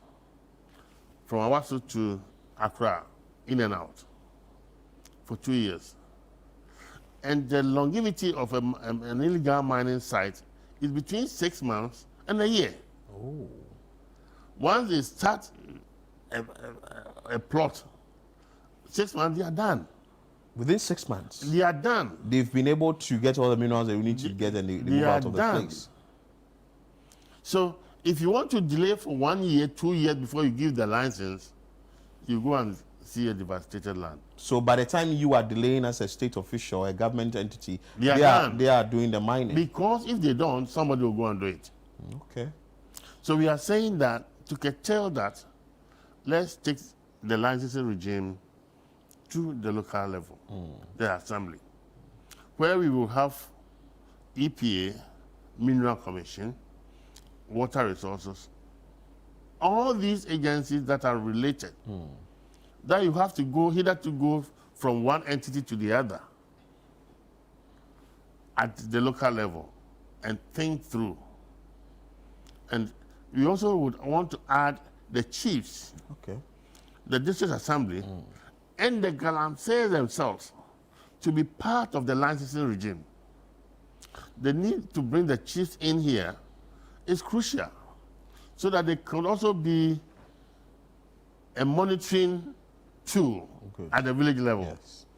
Hitherto, when a chief calls you, you don't delay in responding. Exactly.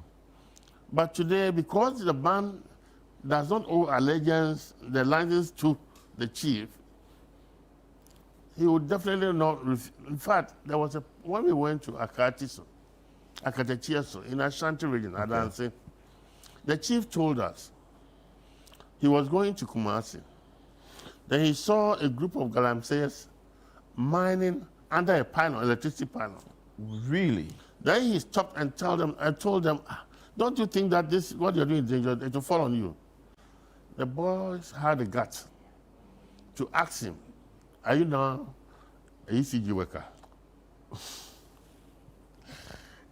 Wow. Yes. Because they know the chief is not having the authority. power to even They were call virtually into made action. toothless. We think that we need to send back that authority to them to be part of the licensing regime so that they can also be part of the monitoring regime. And you think that can embolden the chiefs to say that Exactly. don't mine on this land, Exactly. do it on this land. Exactly. And they can also be held accountable if Exactly. these people are found mining at places that are not good. Now, you cannot necessarily hold him accountable because he was partially involved. The second point that we are also suggesting, to make room for people to do what they do, let's bring them together under cooperative. It's not very new. In fact, the previous regime tried to do same, and they term it community mining. Okay. Unfortunately, the community mining license that they gave, that we have looked at, none of them, just close to 13, had semblance of community mining. Oh. All the so-called community mining licenses that they gave were from people outside the community. So it did not solve the problem that it was intended to solve. In fact, the idea is that one community mining can employ between 500 to 1,000 people, bring them together. And if you look at the scheme that we have proposed, the District Assembly has about 10% in there.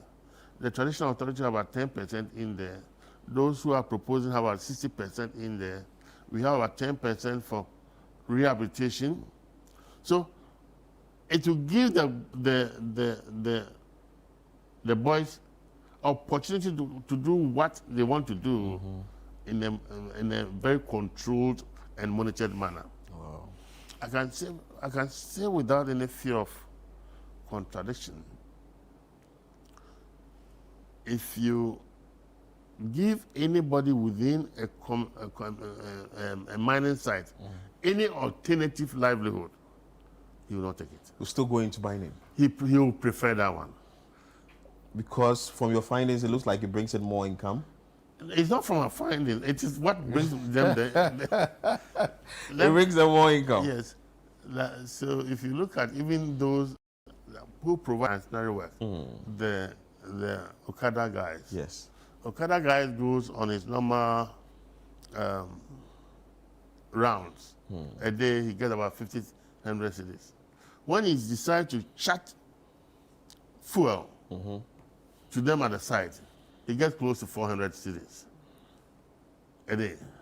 Wow. Yes. So the Okada guy transporting fuel from wherever it is in the community to the Galamsey site, Exactly. the Okada guy gets 400 Ghana cedis. That's like Almost, yes. 400% of what he would have ideally gotten if he's not engaging in any form of illegal mining. Really? Exactly. So when we go in there and confront them, we burn their fuel. So they used to have tanks that they store their fuel. Now, because of they don't know when the people will be coming, they call for fuel as and when. So, and that's the duty of the Okada guys. Because it's very fast and easy for you to move with a Exactly. motorbike to the Exactly. location. Wow. And that's also giving them one. So it's an entrenched something which you need to understand before you can fashion out a very good policy. But, Prof, can the fights be won? Of course, it should. You should be very optimistic. Because looking at the fact that sort of engaging these illegal miners who are supposed to move out of the illegal mining space, now creating sort of sustainable jobs for them. And this is what they are really vested into, trying to make money and all that. And from what you've just said, isn't it a very difficult fight? It's not. That's the reason why once we are able to establish the cooperative mining, in fact, to draw your attention, that was what we were going to inaugurate in Obuasi. Yes. That our colleagues made here on timely debt.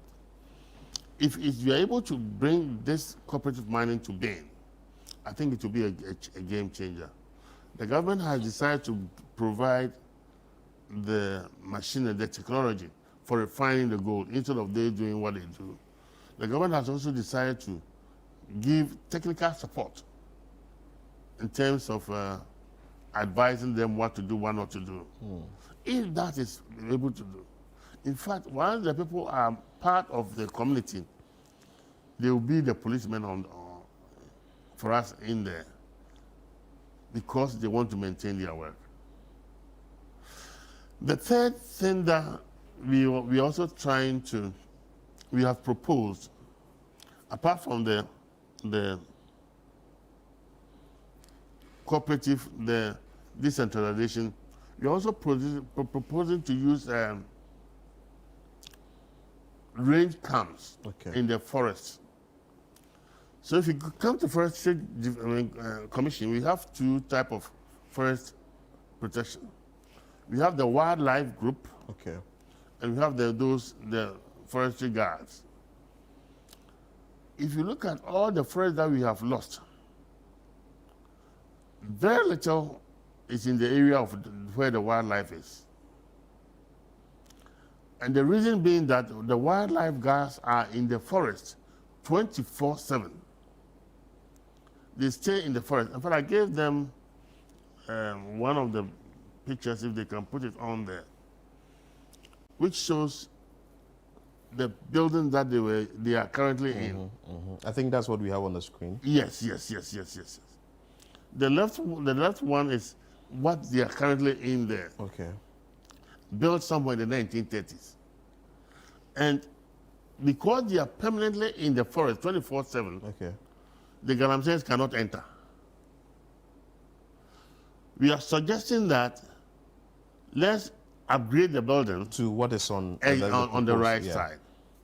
In fact, we tried using lumber. They went and bent it. They bent it completely. So right now we are suggesting this one is a container, 40-footer container that we have tried to use to manufacture this. And thank God some companies have started sponsoring. And we think that once we are able to put this in there permanently, at least they will be monitoring and as a way, I mean, as if you want to give us first-hand information when the forest is attacked. Wow. If situation where the military goes and leaves, it's not helping. Because when they leave, the Galamseys can also go and do their own thing. So when they leave, now they term it disco mining. So the mine at night. Yes, from 10 o'clock to 4 a.m. Wow. And they live there. So when you come the daytime, you won't see anyone. You won't see anybody. And if you care to know, between January and April, Forestry Commission alone coughed out close to 4 million to fight illegal mining. Exactly. So we are thinking that if you're able to put in this and the people are permanently there, the challenge has always been that those forestry guards were not armed, but the wildlife guards are armed. The forestry guards are using catapults and what I call the Nsunyame dog to go around. So that means they also have to be well resourced.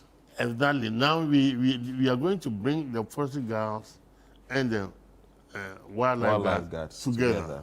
They are armed so that they can be there permanently. And we think that will also help us. That will come with a lot of funds. You need a lot of money to do that, I guess. Already we have some guards in the forest, but they are not in the normal forest reserves. They are in the wildlife reserves. We are extending their presence into the other forest reserves. So that once the soldiers help us to clear them, we put them there. But the president has also stated that there is a need for a bigger budget when it comes to the fight against illegal mining. From what you said, we need money to do all these things. What will be your take on what the president also made mention of? Of course, I the mean, bigger budget. I just told you that within 4 months we spent 4 million. That is from Forestry Commission. I know Mincom is there. Yeah. I know the ministries does something. I know the government itself is spending. It's a big fight. It is a big fight that needs big money. And we think that we cannot continue doing the same thing and expect different results.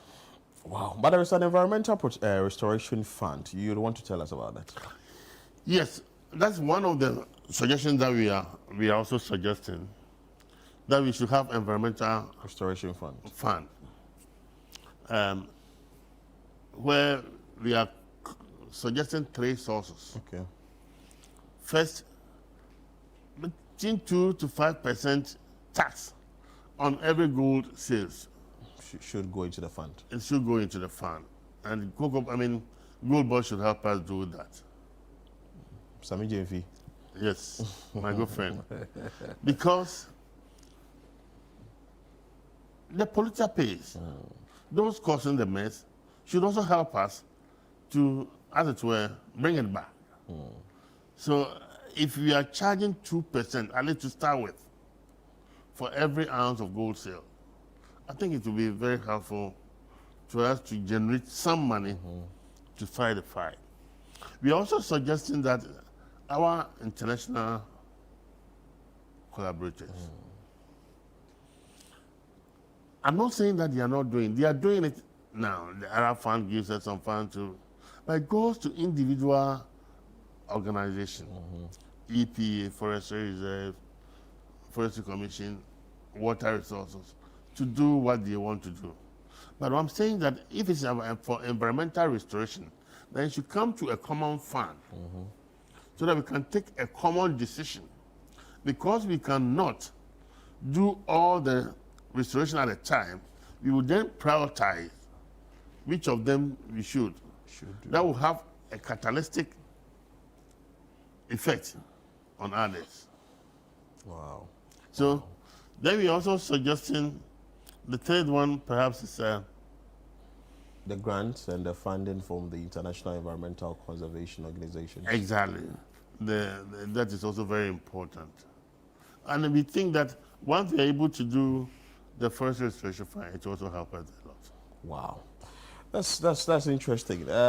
Before you take leave of us, the issue of illegal mining, we've been talking about it for God knows how long. There have been the blue water guards which we have right now, and the previous administration drones, and there were also the jet skis that they said they were going to bring on board, and also monitoring the forest reserves and all that. Don't you think that we've done too much to be seeing too little? Let me just add one suggestion that we have we've also given to the minister. We are saying that, in fact, it came up in one of our discussions in Upper East. They suggested that we should cut off the oxygen from the mineral zones. Okay. And he explained that all the Galamsey sites do not have filling stations, for example. But they need fuel to work. And we see fuel being carted to the sites. To the sites. And these are deep forests. What are they going to do with them? So if we can cut off deliberate policy, and that's why they call it oxygen, they cannot breathe. Without fuel, they would definitely not be able to work. Exactly. So let's make sure, if you go to most of these communities, we have workshops for champagnes there. Champagnes are only used in water bodies, is that right? Yes. So if we are able to take that thing off, make it illegal, we are taking the oxygen from the business. They used and drugs a lot. And we know all those who sell drugs in the villages. Why don't we also target them? The drugs. Yes. So once we make it, that's why we are saying that the fight is a holistic approach. It is not. To come back to your question. Yes, which is very important that we ask. I think that from where I said, what we have done wrong is trying to repeat what we have done over the years. Operation Vanguard, Halt 1, Halt 2, Halt 3, Move 1, Move 2. So we are always giving sort of acronyms, taglines. But the same modus operandi. Go and hit, come back, and go and hit again. It doesn't work. That's why I started by saying that any policy that is not underpinned by research is bound to fail. And I explained the reason why we have failed. And that explains the reason why I'm now very confident we are not going to fail. Because we now understand their game. So the policy that we have, if you look at the policy, we said it's organic. Okay. It changes with their modus operandi. Let me tell you this. The water guards that we trained and deployed. The blue water guards. Yes. Government paid them, I think, 700 or 800. The Galamseyers were prepared to give them 5,000. Really? Yes. A month? 5,000. So don't report. They may be compromised. More than compromised. In fact, if you have the number of, we count the number of water guards on site now, they are all virtually gone. We use the low bed to bring the excavators from the site to a safe place, isn't it? Yes. And we pay 5,000. They'll give you 20,000 not to go. So every move you make, the Galamseyers try to break your move and give these people that you are engaging sort of more than the amount of money you are try as you to get them to go join you to the site to bring the don't go. They won't, because they've been compromised. Exactly. They've been given 20,000 4 times of the 5,000. Exactly. That is the gravity of the situation. That's the reason why I'm saying that it is deep-seated, and you need to understand so that you can fashion out a better solution. It's not one size fits all. If you go to Upper East, their system is different. They do hard rocks. Okay. They go down. Their challenge is neither water or no. But go to Western, Northwestern, and Ashanti, Carrier, Baby Any. It's horrible. Wow. Looking at the amounts involved, this fight. Let's talk briefly about the LI 2462 before you go or before you take leave of us. The pressure has been that particular LI should be revoked. Do you want to share more details on that, and whether you also back that particular move by public or by people who are saying that mining in forest reserves is a no-no?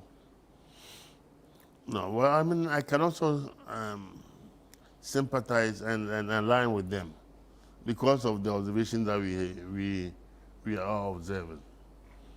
But we should always be informed that mining in the forest reserve is not new. It had been with us since the 1970s. In fact, 17 companies were given licenses to mine in the forest way back in 1979. So we have the Newmont, we have the AGC, they are all there, they are all mining. But because they were mining responsibly, we did not suffer the fate that we are suffering today. The bane of our situation is when the likes of Akonta Mining and Co. were able to influence the powers that be to enact that law. If you look at since then, 2020 to 2023, over 900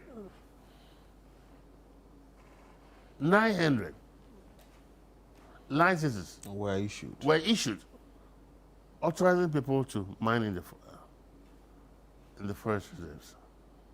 So you shouldn't expect anything different from what we are saying. What has been the rippling effect of that? It's what we are saying. It's what we are saying. When in 79, to the time that we saw this upsurge in insurance online, we had just about 19. And I think only 8 or 9 were very active. The rest were dormant. And these were issued based on extensive research to know that they were being monitored.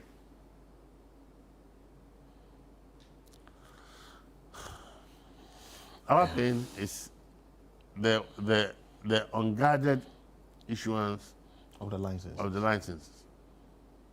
And I think that's where our problem started. In fact, recently the minister has caused a committee to review all the licenses. And I heard him say about 250 is going to be revoked. I think that we should revoke more.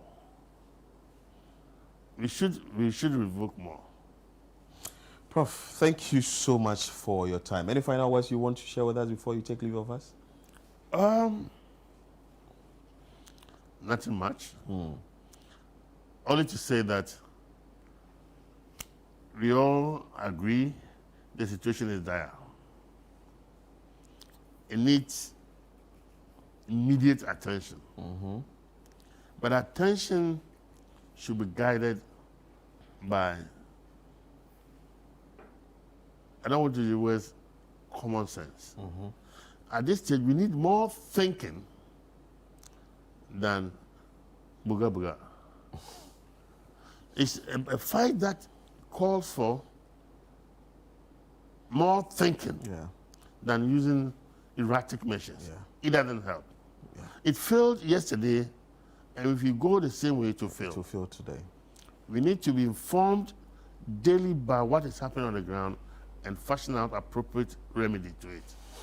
Prof, thank you so much, because if the illegal miners are giving the very people we are pushing out there to fight the mining 20,000, and government is giving them 5,000, that's huge. And also the Okada rider is getting 400 cedis instead of the 100 Ghana cedis. That's huge. Prof, thank you so much. Professor Martin Otain Abebio is the board chair. Let me help you with my name. Otain Abebio is the board chair of the Ghana Forestry Commission, and he's also the chairman of the 18-member committee that the Lands and Natural Resources Minister put together so that they bring some sort of report on how best we can mine it when it comes to the licensing and all that. Prof, thank you so much for your time. Thank you for We are most grateful. You're still watching Breakfast Daily here on Channel One TV. We'll bring you more after this break.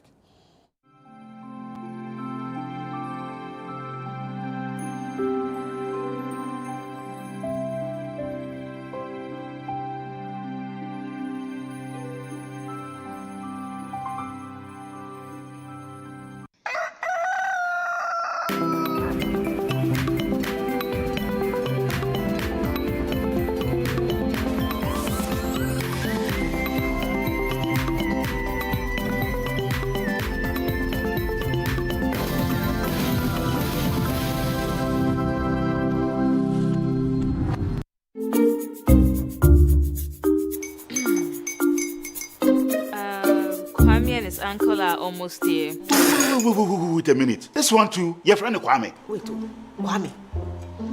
As in the same Kwame again? Yes, Mommy. I'm the second coming. Into all this tension just to reintroduce that broke boy from Kaswa. Why would you deceive the family like this again?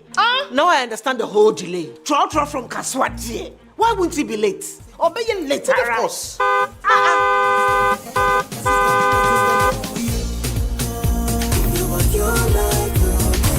712 hash, star 712 hash.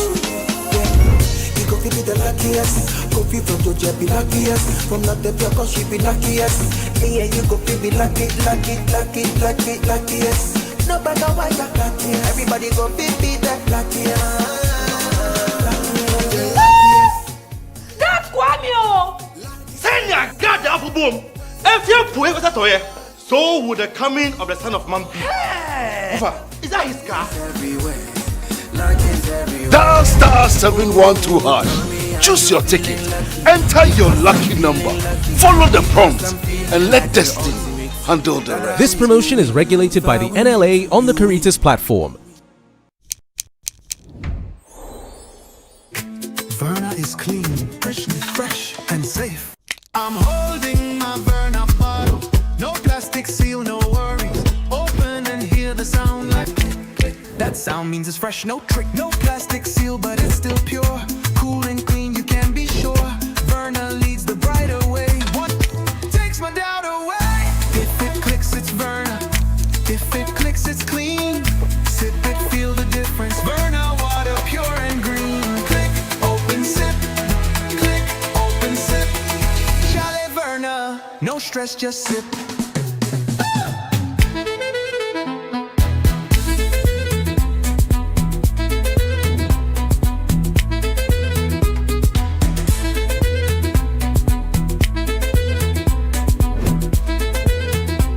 Chalet Verna, no stress, just sip. This advert is FDA approved.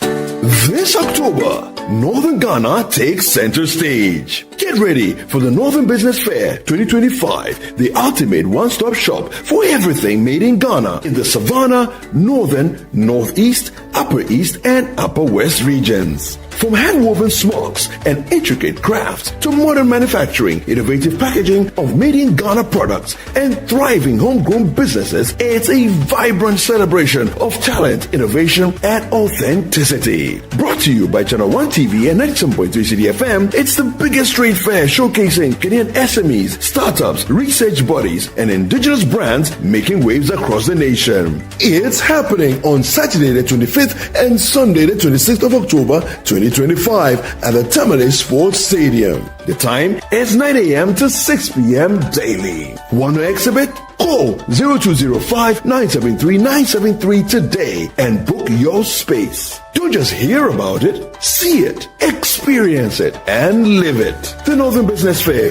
your market, your connections, your growth. The Northern Business Fair 2025 is powered by Channel 1 TV and 97.3 City FM and is proudly sponsored by EcoBank, Side Hustle, the Ghana Enterprises Agency, and the Ghana Export Promotion Authority.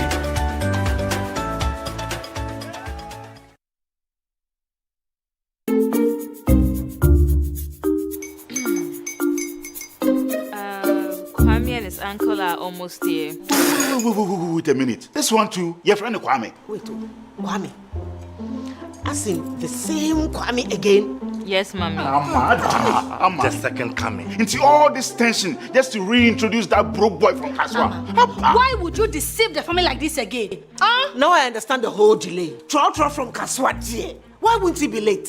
Or be late? Of course.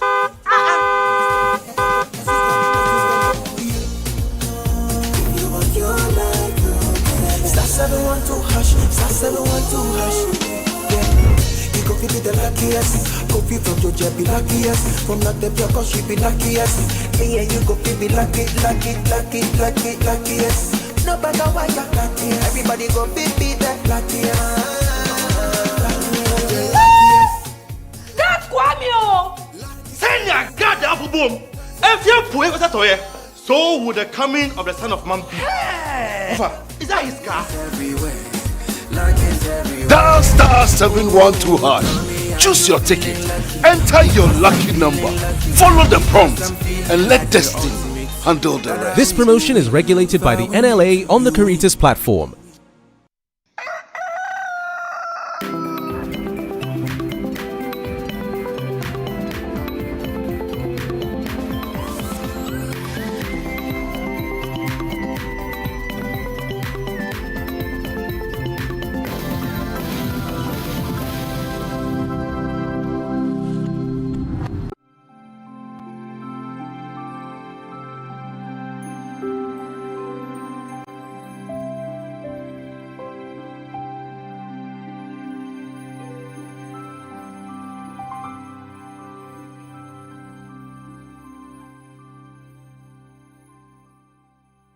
All right, welcome back. It's still Breakfast Daily right here on Channel 1 TV. Very great conversation Philip just had. Now it's time for us to go into another conversation, but this time around we're going to open the phone lines for us to have this conversation together. But if you're wondering what all this is about, Philip, remember the story which we shared yesterday during Trends about, you know, two nannies abusing some set of twins. I mean, it's for it's 8 not- months. It's exactly, and it's not the first time that we're hearing something like that. There have been different situations that we've heard things like that, and I'm sure you, as viewers, will already know. I'm sure they already know people who have experienced things like that. So we're going to be opening the phone lines to ask what are their thoughts. But you see, the issue has been placed at the doorsteps of parents. I said parents should also sort of not entirely with this particular case, but generally, maybe you checking your responsibilities when it comes to you being a parent. You'd have to also try and monitor the activities of your children. Also pay some sort of attention to these kids. It wouldn't be that you wake up in the morning, you want to fight and get ends meet. So you are always saying that you always want money and you want to get the luxurious lifestyle and all that. So you go chasing and you ignore the children you have, your own say produce. You ignore them and the focus is on work. So the question you are asking is, what's the best way we can go about managing the kids at home? Also finding out the problems that these nannies may be having, what can be done well so that these nannies can also take good care of the children. Because I think there should be policy around the whole nanny industries. Because I think that if I'm a parent and I have an issue with a nanny, the nanny will just swallow it and will say that I would have to vent my spleen on your child, which is actually not right. But most of these nannies would go ahead and deal with the child. Like you also made mention of... It's not just about nannies. It's human relation. It's human attitude. It's characteristics of humans. You know, some human beings can take it. Some are passive aggressive, and someone that is passive aggressive that works under you definitely is not going to show you that they're passive aggressive towards you. They are going to put it on someone else. Do you understand? So you also made mention of a point yesterday that most people who may be venturing into this space are not really in with that passion, or they are passionate about the work, but the fact that they want something to survive on. They want something to survive on. And it's like many other jobs. A lot of people want a job. When you put them there, you realize that this person is not actually cut out for this job. You understand? So, I don't know. There has to be something done about it. So, for instance, because they are in for the money they want, they tend to ignore all the passionate things they would have ideally done. Empathy. They have no empathy, basically. Anyway, we have a caller. We have a caller on the line. Good morning. Your name, where you are calling from, what do you make of the conversation we are having now? Well, we lost that caller there. Just to bring you excerpts of the story that has been running on this yesterday. We did it on Trends, and also the public relations officer for the Accra Police Command spoke about it. That is Juliana Obeng, spoke extensively about it, and you could tell how Chris was vehemently, like she was aggressively talking about it. But let's bring you this story. So the Airport Divisional Police Command has arrested 2 nannies for allegedly administering sleeping-induced drugs to their employers' 2-year-old twins. Yes, so the twins that they've given this medicine to. So their names are Francis Kabwachi, 30-year-old student nurse from Konongo, Ashanti region, and Harriet, and son, 31-year-old from Jasikain in the Oti region. They have been admitted for subjecting the children to other forms of abuse. So this one is saying that they allegedly hit and heated the hands of the 2 toddlers with fire and called them derogatory names like chimpanzee over the last 8 months. And they've been working for their employers. But we know what? Yesterday we brought you a video of that, right? We brought you a video of that. We would wish to actually hear from the police itself, Juliana Obeng, what's the details of this particular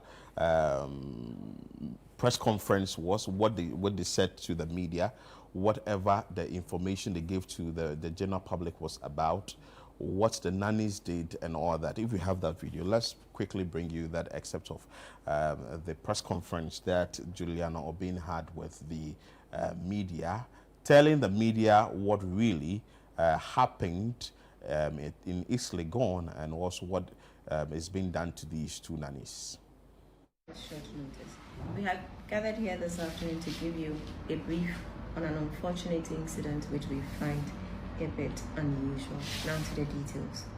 The Airport Divisional Officer here in Accra has arrested two nannies, Francisca Boachi, who is 30 years, and a student nurse from Konongo in the Ashanti region, and Harriet Ansa, 31 years, from Jasikan in the Oti region.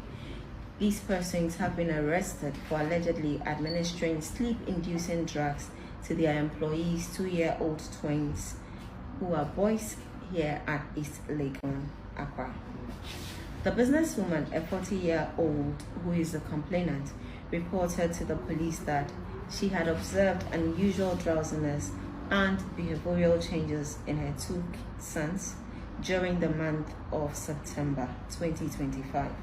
Now, subsequent inquiries revealed that the nannies had been administering a medication suspected to be used in their daily milk for the past 7 to 8 months. And they do this without the consent of the employer, that is the complainant. And this, they say, makes the children sleep for extended hours so they could attend to other house chores. Police investigations has further revealed that one of the accused persons, Harriet Ansa, who has administered to mixing the drugs or the suspected substance in the children's food, claims she inherited the practice from her colleague Francisca Boachi. She also confessed to subjecting the children to other forms of abuse, including hitting their heads with fire and calling them derogatory names such as chimpanzee, amongst others. Both accused persons have been working for the complainant for the past 8 months. A search conducted in the accused person's room led to the retrieval of 2 used and 4 unused trays of substances in sachet packs suspected to have been used in the acts aforementioned. Now, all of these exhibits have been retained for forensic examination.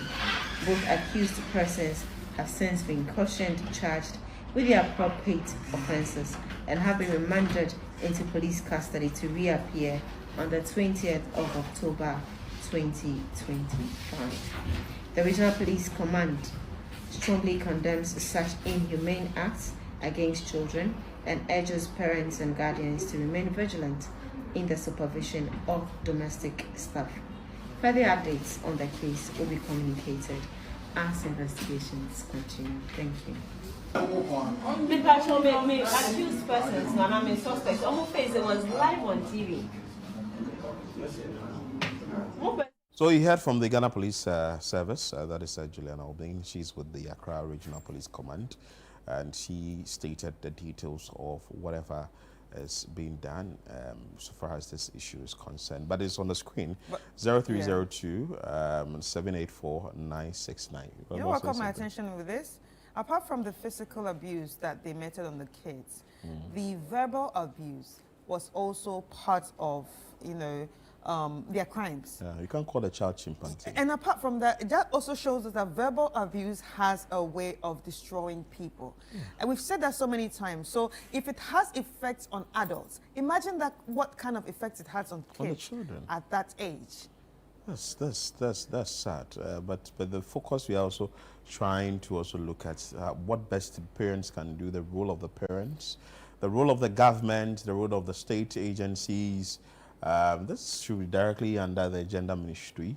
and also it has to do with the various security agencies, what best they can do, and also what can be done in our various homes to protect the children. Very, For me, if you very ask important. me, I would say the truth is that in as much as nannies are important, right, not everyone can afford a CCTV camera at home. Not everyone can afford that whole setup and be monitoring their child. Not everyone can afford a child monitor. So what I would say is, as a parent, I think it's important to sort of like have a good relationship with your nanny. But another argument is that you may have a good relationship with your nanny, but your nanny is not actually looking at this relationship. So apart from that, what we don't know the relationship between this. No, we are not using it for. Yes, this is not an example. This is just a base of the whole situation that we are talking about. This is a situation that affects a lot of people, not just this couple or this family. And also, I think it's also important that have a relationship with your kids. Parents are not just there to direct you on what to do in life. Exactly. They are there to actually build something with you. You should be able to listen to your kids. You should be able to give them avenue to speak. You understand? When your kids say something, instead of like trying to shut kids up, it's important to have conversations with them. If you don't have that talking relationship with your kids, they end up not telling you anything. And if you don't have trust in your kids, they end up telling you stuff and you don't even listen to them. So try and build that bond between yourself and the kids. Very important. This a case study, and this is very important, at least it looks at. But let's bring you a caller on the line.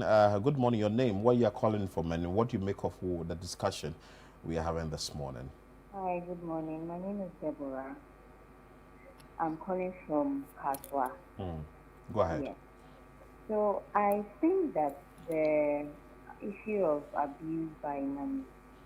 I personally, I've had an experience with nanny. When I was young, my mom would travel and leave me with a nanny, and the nanny would abuse me. But of course, if you tell your mom, she'll say, "Oh, you are misbehaving. That's why she's beating you." So I think sometimes the parents also enable the nannies to abuse the children. And I think, this is something that authorities should try and address. And the parents should also be vigilant. If your child is telling you something that has happened to him or her, I think you should also investigate and find out what the true causes are, rather than just dismissing the child's concern. Right. Well, you made mention of the fact that you have a personal experience. You would want to share that experience with us, if you don't mind. Yes. So mine was when I was little, growing up. My mom would travel out of the country sometimes and out of the region and leave me in the hands of this nanny. And this nanny, in a bid to get me to take my bath, eat, or anything like that, she would actually lash me. And I was just little. I was 4 or 5 years. I knew nothing. But this nanny would abuse me in that manner. Yeah. So sorry, Deborah. Thank you. Right. Thank you so much for your contribution. All right, so I like Deborah's contribution, and you see, this also brings us brings us to understand that there's a thin line between discipline and abuse. Do you understand? And this is also what happens in the schools. This is also what people do not understand when some parents do not want you to lash their kids. Do you understand? Because there's a thin line between abuse and discipline. The person might feel like, the mom felt like, she was disciplining you because you probably were not listening to her. But Deborah is saying, this lady abused me because she felt the whole brunt. She was the one that felt all the lashes. She was the one that probably felt, as they're lashing you, they're insulting you. See your big head. Your mother is not here. You understand? Let's bring you Kwesi from Teshi. Kwesi, let's hear from you. Hello. Good morning, Kwesi. Let's hear from you. Yeah, you see this nanny issue that has cropped up. Most of the parents are part of the problem. You see, Gone are the days when we were young. My mom bring somebody from the village to take care of her, a family member. But what do we see today? Today, even your pastor will tell you, your wife's mother is a witch or a wizard. When you bring her to your home, this is what is going to happen. You rather go and take somebody outside to pay for the person who doesn't have any relationship with you or your husband. Right. But being your husband's mother or you, the woman's mother, coming to the house to take care of the family is far, far better. We seem to be learning everything from the West, which is it's against our tradition. Do you think your sister or your mom would do such a thing to your baby? She will not do that. But because this person is being paid and you believe the children are giving her too much problem, so she will find ways and means to make the children sleep. How can you give 2-year-old child a medicine for them to sleep? Yeah. And you being paid for? But assuming it's a family member, very close to the man or the woman, would they allow such a thing? Would they do such a thing? They will not do it. But here we are. Religion has played its role. Mommy, your mother is a witch, your father is a wizard. When you bring her to your home, this is what is going to happen. This is the price we pay when we begin to ignore some of the local traditions we used to know. Right. Good day. Thank you so much. Thank you so much for your time. All right. So for what Kwesi said, I think there are so many angles to that too. Because if you're talking about bringing in your mothers to the house to take care of your children, I have so many questions. I don't have anything against mothers, but one of the questions that usually pops up and usually causes problems in the homes is boundaries. Do the mothers have boundaries? Do they know how to mind their business when it comes to the husband and wife affairs? I'm sure you would also have to look at the facts that you are bringing in. I'm not saying that all the relatives are good, though, but maybe you are bringing in the relative to stay for a short period of time. So yeah, because bringing them for long is a problem. So after the child is, say, 2 years, 3 years, maybe when the child goes to school, you, the mother or the father, would be able to adjust your time. No, but even with that, I read something on the internet last time that what we do sometimes is cheap labor. You bring in your mother leaves everything that she's been doing, the life that she's been living. Maybe she was getting some small money in her small kiosk or farming and stuff. She has to leave it to come and take care of your child. That's free labor. That's free labor. And are you paying her? Cheap labor. Let's bring you Nancy from Kumasi. Nancy, good morning. Let's hear from you. Good morning. Thank you so much for making this in public. It's been happening. But my concern is, I'm a retired nurse. It's about the student nurse. Okay. Yeah. They should ensure that she doesn't go through to become a nurse. Yes. If she finds herself in a children's ward where they cry a lot on night duty, she's going to dose all of them to sleep for her to sleep. True. Wow. True. She will do that. And adults too, when you are in pain, instead of he coming to see what is causing the pain, she'll give you a sleeping tablet. So they should ensure that this nurse does not graduate to handle human beings. The day young ones or old ones, they are the dangerous ones to us. But as in your time of your profession or during, I don't know, you are retired now, right? Yes, please. Okay, so when you were active, did you ever receive anything like that? Maybe a nurse has given a sleep inducement drug to the children and also issues like that. Did they ever come to your table? Our time, you fear. In the 70s, the 80s, the fear of the senior officers alone will not allow you to even think about that. And you don't go and meet, will not be doing it for you to learn. They will meet all categories of nurses. In fact, I sat in the car with one of them. What she did that day, in fact, I don't know whether to weep or not. This is what we have suffered for people to come in and do. Right. Because those days they will interview you, look at your behavior, the way you even talk, the way you approach the see whether you are qualified to be a nurse or not. This time, there are schools all over, people are paying left and right to go and become nurses just because of the money. Exactly.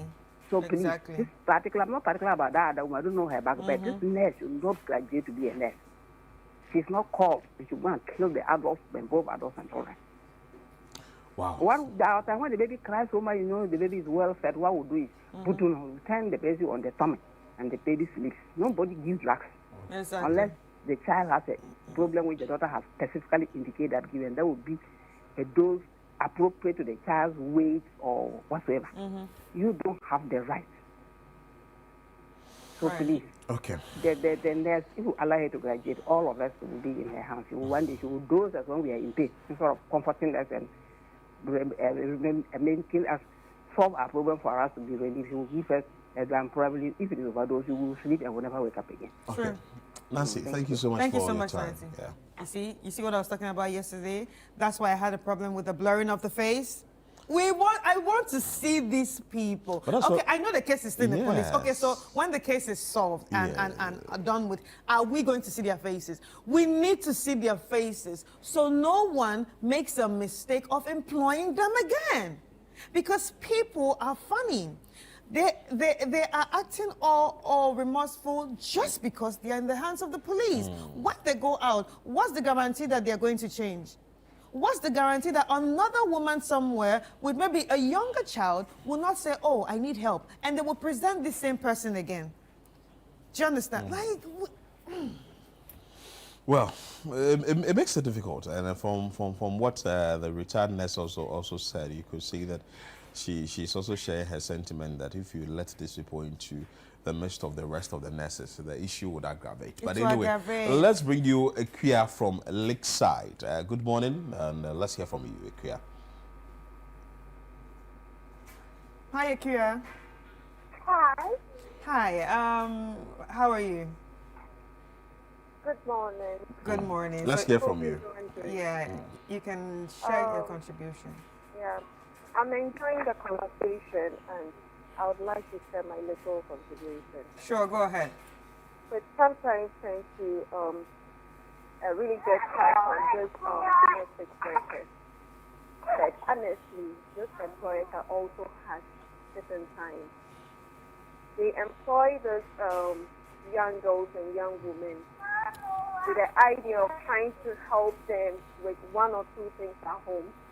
Yet when they get there, the kind of chores of, responsibilities they end up giving them is just way too much.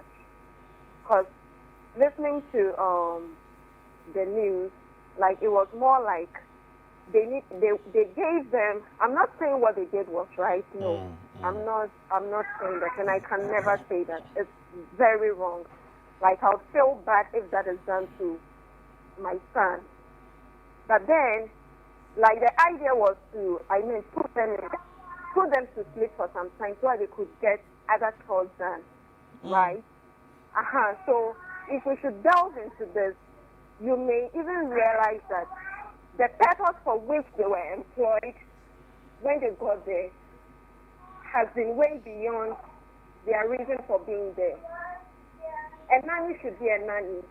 A nanny should be given extra work to do home chores, like other home chores. If you are ready to, employ someone for a particular thing, you should be responsible for that, give them that. If you need the services of others, you can employ them to do other work for you as well. So please, let's also pay attention to that. All right, thank you so much. Thank you. It also has a valid point because we saw a message on the day the story came out saying that treat your cooks and also your house helps very well. But I really don't know if... We don't know what the situation is. Yeah, the situation is. What we know is what we are getting from the Ghana Police Service. So as to whether there was a workload, we do not know. As to whether they were being maltreated by their employers, then leave. we do not know. But you were the same person who spoke about the fact that they need money. So would you want to leave at the expense of not having another job to do? No, then have a conversation with your employer. And what do you tell the employers? I think it's okay. Please. Have you seen a snobbish employer before? Let's bring you Elvis from Spintex. Oh, then I'll be very afraid that you're taking care of my kids. Elvis from Spintex. Let's hear from you. Okay. Hi, Elvis. Elvis, can you hear us? Okay, so Elvis, we're working alliance for Elvis to join us. But I was saying that, have you seen a very snobbish employer before? Have you seen a headstrong employer before? Have you seen an employer who's like, you know what, I'm paying you, do whatever you have to do, get the work done, deal with my kids, and the employer is gone? Have you seen an employer who? I have never seen. Who comes from work late and who's like, you know what, I don't want food in the fridge. I want fresh food. What? And you would have to get me that food before. Have you seen an employer who says that, well, you are living under my roof, you are staying with me, so I determine how much I pay you? Have you seen an employer who would make you work more than the 8 hours? So you're working like I said, 16 hours, and you don't even have rest. Have you seen an employer who? Okay, it's okay. It's okay. So I'm citing. I understand you. I'm but citing you see, all the examples why someone will be frustrated. The reason why someone will be like, you know what, I've had enough of you, or the reason why someone will say that, you know what, I can't do it anymore. But the person can't leave, because when I leave, where am I going to get my next meal? For instance, you are paying me about 1,000 Ghana cedis. Where I'm staying, I'm not paying electricity, I'm not paying water, I'm not paying rent. So the 1,000 Ghana cedis goes to my mom or my siblings in the village. So the more you are giving me work, and I learned something about stress. When you are stressed, I'm not holding brief for what the nannies did, but we are just trying to have a broader conversation about this. Yeah. So stress, for instance, I'm stressed out, and the little thing you say which will provoke me, I would act in a way that ideally I'm not supposed to act like that. But if I'm really relaxed and you even provoke me, I may end up laughing over it. But Lydia from Kaswa, let's hear from you. What do you have to say about the topic we are discussing on the show today? Hi, Lydia. Hi. Good morning. Good morning. You're welcome to the show. Please, you can join the conversation. Yes. Well, I saw where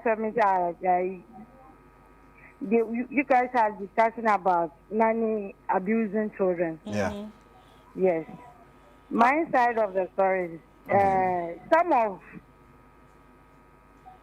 people who are employing nannies, if they employ you, first time they'll be giving you clean the house, mop the floor, wash the dishes, and they'll be adding children to it. Meanwhile, they employ you for a nanny.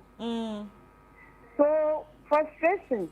So, they should consider the nanny too. Okay. All right. Have you been a nanny before? Yes, please. Okay, and what was your experience? It was headache.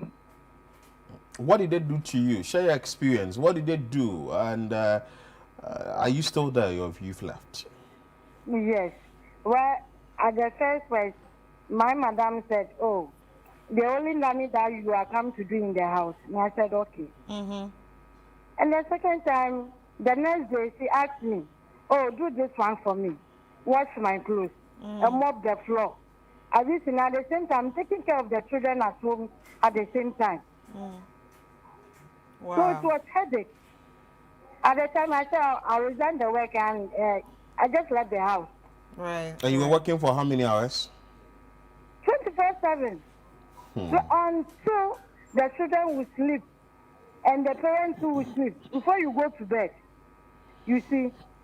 Will you want to share with us how much you were paid for the 24-hour work? Oh, 600 cedis a month. But you were staying with them? Yes, I was staying in the house. So at what point did you decide that, you know what, I've had enough and I'll leave?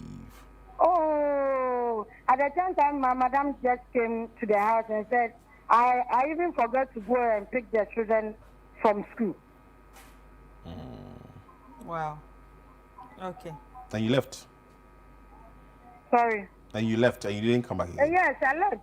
I told my boss I will not work again. So I left the house. But I will not say what the two nannies did to the children. It's bad. It's good. No, it's not good. If you know you can't take care of the children, just leave the house. Yeah. All right.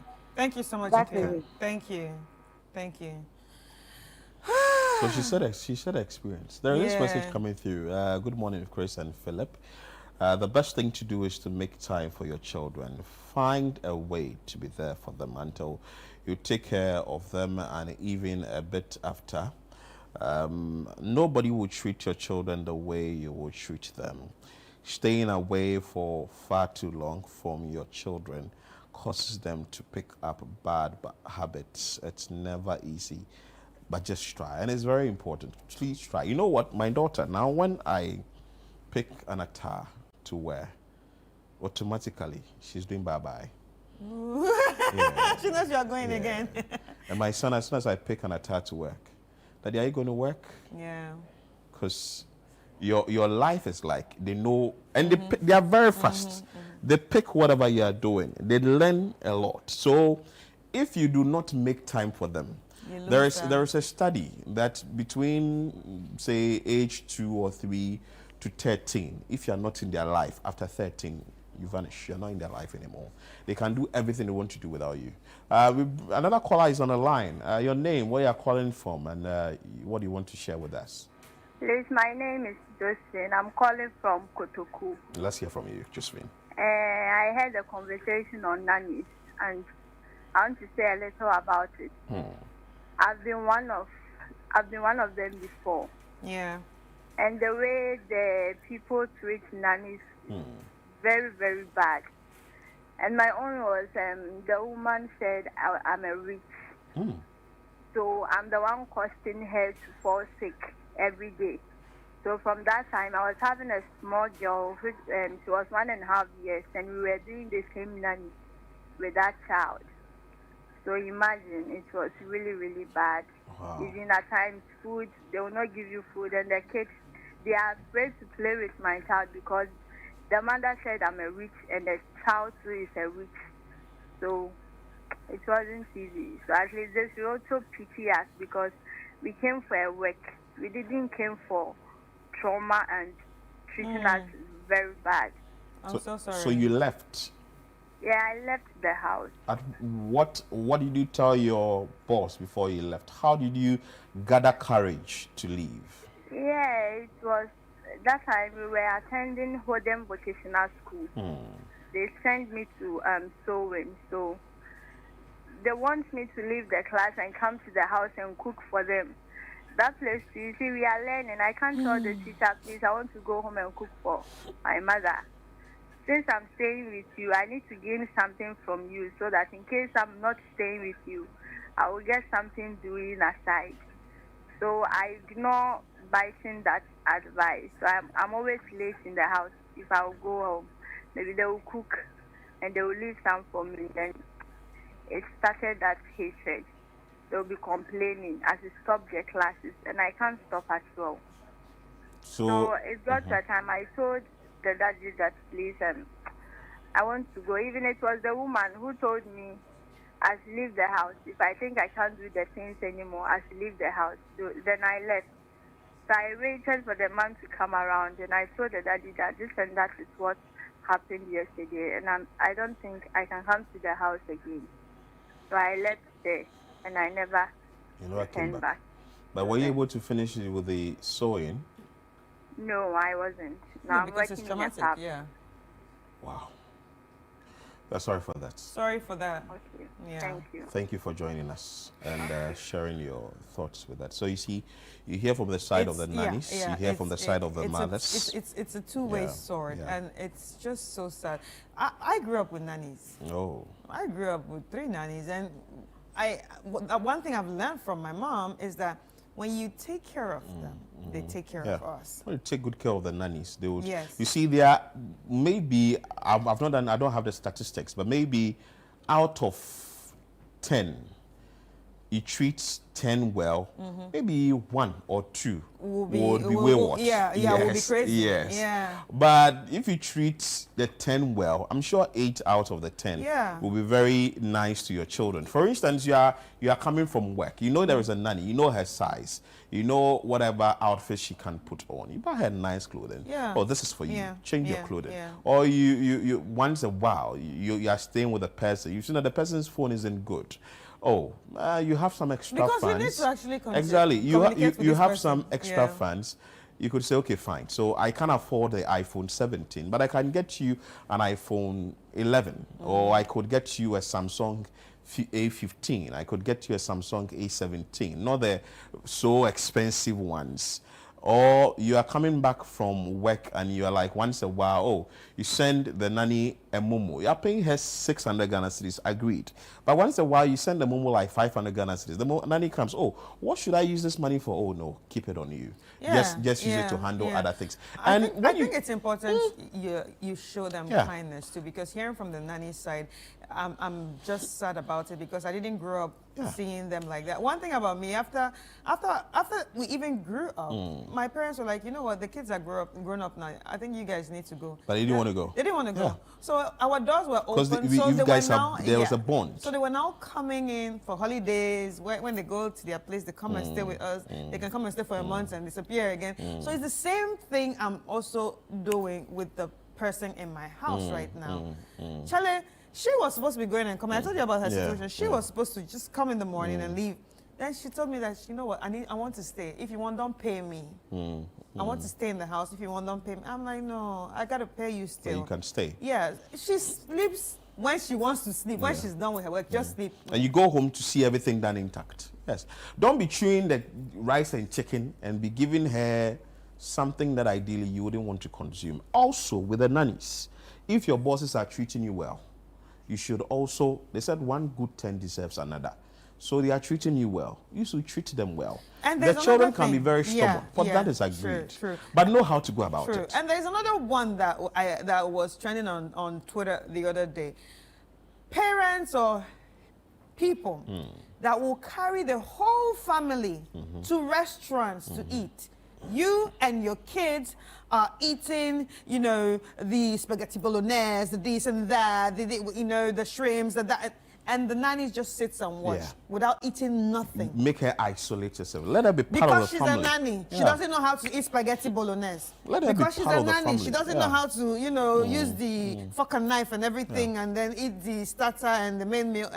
No, I find it very bad. I find it very bad.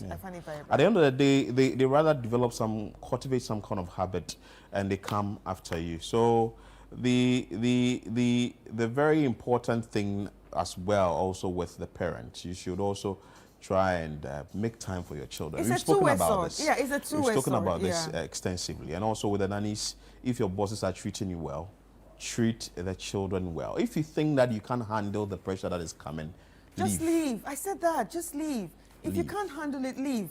Rather than, putting yourself into any trouble that you cannot handle. But anyway, honestly, I'm really waiting for this case to be over, and I really want to see the faces of these people. Anyway, let's take a quick break. When we come back, we have more for you on Breakfast Daily on Channel One TV. Stay with us here.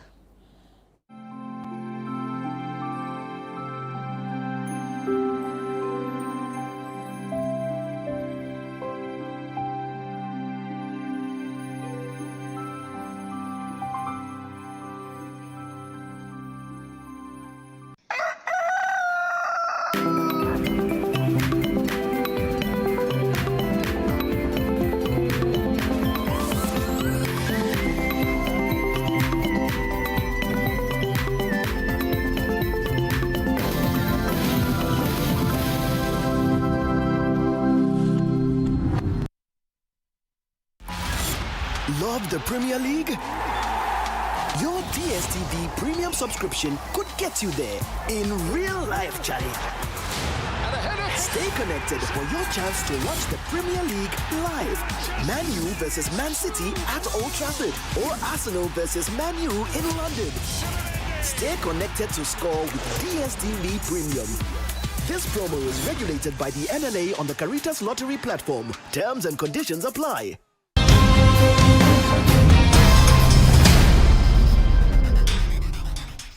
On Footprints, this Friday, we conclude our conversation with Kofi Bentum Kwanzaa, a former director of the Bureau of National Investigations, who shares his story about coups in Ghana, the different political regimes, and his continuous role within the special branch. The man came to the presidency as a lame president. Lame as in? Lame, ineffectual, not in full command. Somebody else. He was brought in again. Maybe should I go into that? As a surrogate. Around the end, toward the end of the 80s, crime became a major factor. Crime, yes. Crime. they decided that I should leave the BNI and go to the CID. But there was a bit of argument between Rawlings and Captain Chikata, who was the security advisor, and Mr. Ben Fojo, the coordinator. So I was called to the castle at about 11 o'clock. I was told to sit in the president's anteroom. 5 minutes, 10 minutes, nothing, which was very unusual of Rawlings. Then Mr. Captain Chikata walked out. How is it? No, he said, hello, Kofi. Nothing. Then 1 o'clock, I heard on the air that I have been appointed Commissioner CID. Plus my duties as the BNI director. Footprints airs every Friday at 7 p.m. with a repeat on Sunday at 5:30 p.m. only on Channel 1 TV. A young lady is still in love with her high school sweetheart, but he's getting married. Confused and torn between letting go or staying friends, she turns to Chris Carter and her sisters for advice. What would you do if it were you? Back in high school, I was dating a guy I really liked.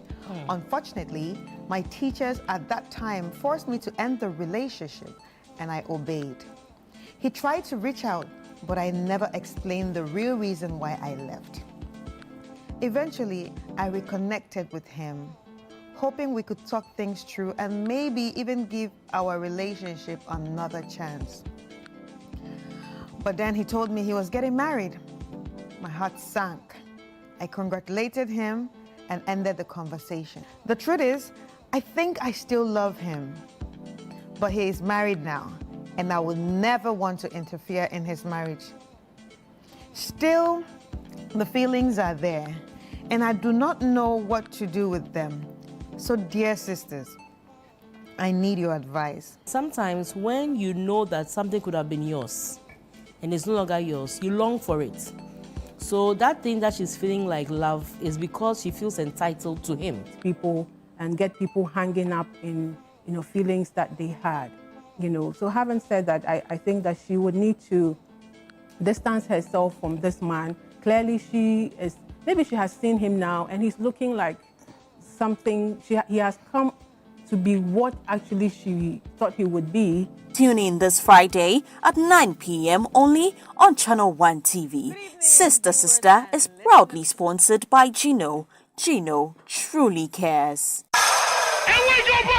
Let's get into the world of sports like never before. You know how we do it on Fridays. Join us every Friday at 7 p.m. on 97.3 City FM for Sports Panorama, your ultimate destination for all things sports. One of the biggest scandals in this country's history. You can't spend 250 million USD and come out with that.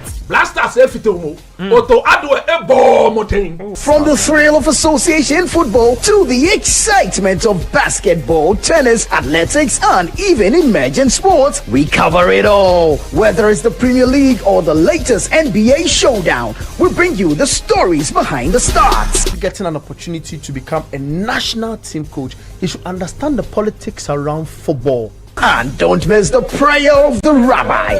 Joe was Zebaut. How Zebaut there? Zebaut won Chaboke.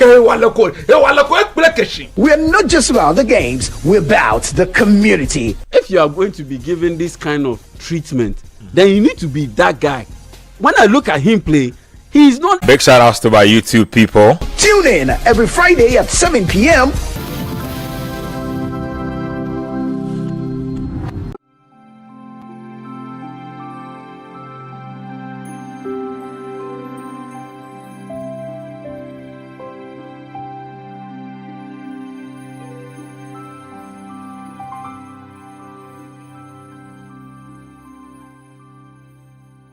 All right, you're welcome back. And right now it's time for us to have another conversation.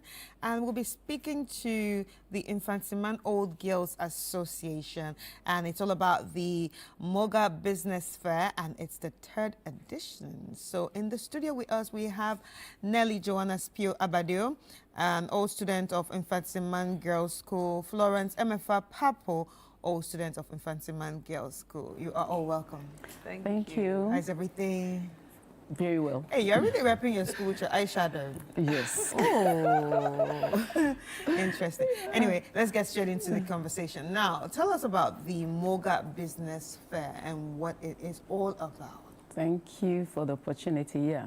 So, Infantsman Old Girls Association, they are ladies who completed Infantsman Girls, and we have a membership of over 10,000, and we are looking at professionals and businesses within the network and how we can help to build businesses from amongst us and also introduce our products or services that we offer within the fraternity to the general public. So we are looking at this event to showcase all programs, all activities that are within the fraternity. And the good thing is that this time is happening in October. We are aligning it with the Pink Month and making sure that we are healthy, we have a healthy breast and a healthy lifestyle. So this is what we are doing in October. Right. So why is it important for us to have this sort of event? Well, as an association, we are always asking our members for money. So if we can help them grow their businesses, we will then have the opportunity to ask them for more. More money. Yes. And also as women, if we don't support our own, who will? Right. And then also again, like my colleague said, it's October and it's Breast Cancer Awareness Month. And we are women. So we also want to add that to our business and then keep our members healthy. Right.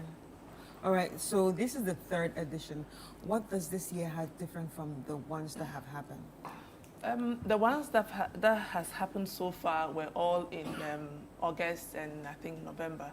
This time is in October, and we are adding the breast cancer awareness to it. So that's the major difference. Can I add? Yeah. Okay, so if I may add to that, this time around too, we are bringing a consulting firm to train vendors and also businesses within the fraternity on how to expand, how to grow their business. We're also targeting the young ones, that's students that's within the university or tertiary institution, to ensure that these students are able to have the entrepreneurial mindset. So this consulting firm, for instance, the Side Hustle, is coming to help us to train these people. It's a good consulting firm that helps people to bring up their side businesses or ideas into fruition. So this is what we are doing for the group this time around. We are also bringing on board the expertise from the institutions like GRA, GEPA, and also Standards Authority, FDA, and all that, to come and speak to them about the processes. If you want to enhance your product quality and all that, these are the people that you have to work with. So we want to invite them to come and speak to them as well. Right, right. What are some of the businesses that the fraternity actually has to offer? All right. So we have a group of psychologists who are there to render services, let people know their state of mind and how to live well. We also have a group of people who are into kente, who are into beading, who are into cosmetics and all that. We have, I think MFA can mention some of that. She herself is an entrepreneur, so she can even share more of the entrepreneurs that are repping. Yeah. So we have some people in fashion, we have food vendors, we have service providers, we have a wide range. It's a wide range. It's not limited at all. Right, right. And why is it important to actually invite the students to also come and experience this? I think when we are like their role models. So when they see us in business, it gives them an idea that aside, your regular 9 to 5, you can also choose to be an entrepreneur, and seeing us in action will motivate them to take the option as well. And how many people are we looking at when it comes to the people who have signed up with businesses and brand and services? How many vendors? All right, so for now we have about 30. What we do is that we don't want to overcrowd the place with vendors or let the vendors be more than the attendees. So we look at the numbers that we cap it. Let's say for people who are into fashion, we give them a level of, let's say, 3 or 4. Right. So next year you give another group an opportunity. So for now we have about 30, but we are closing by 18th of October, where we'll have about 40 or 50 vendors. That's the average we are looking at. I won't go beyond that.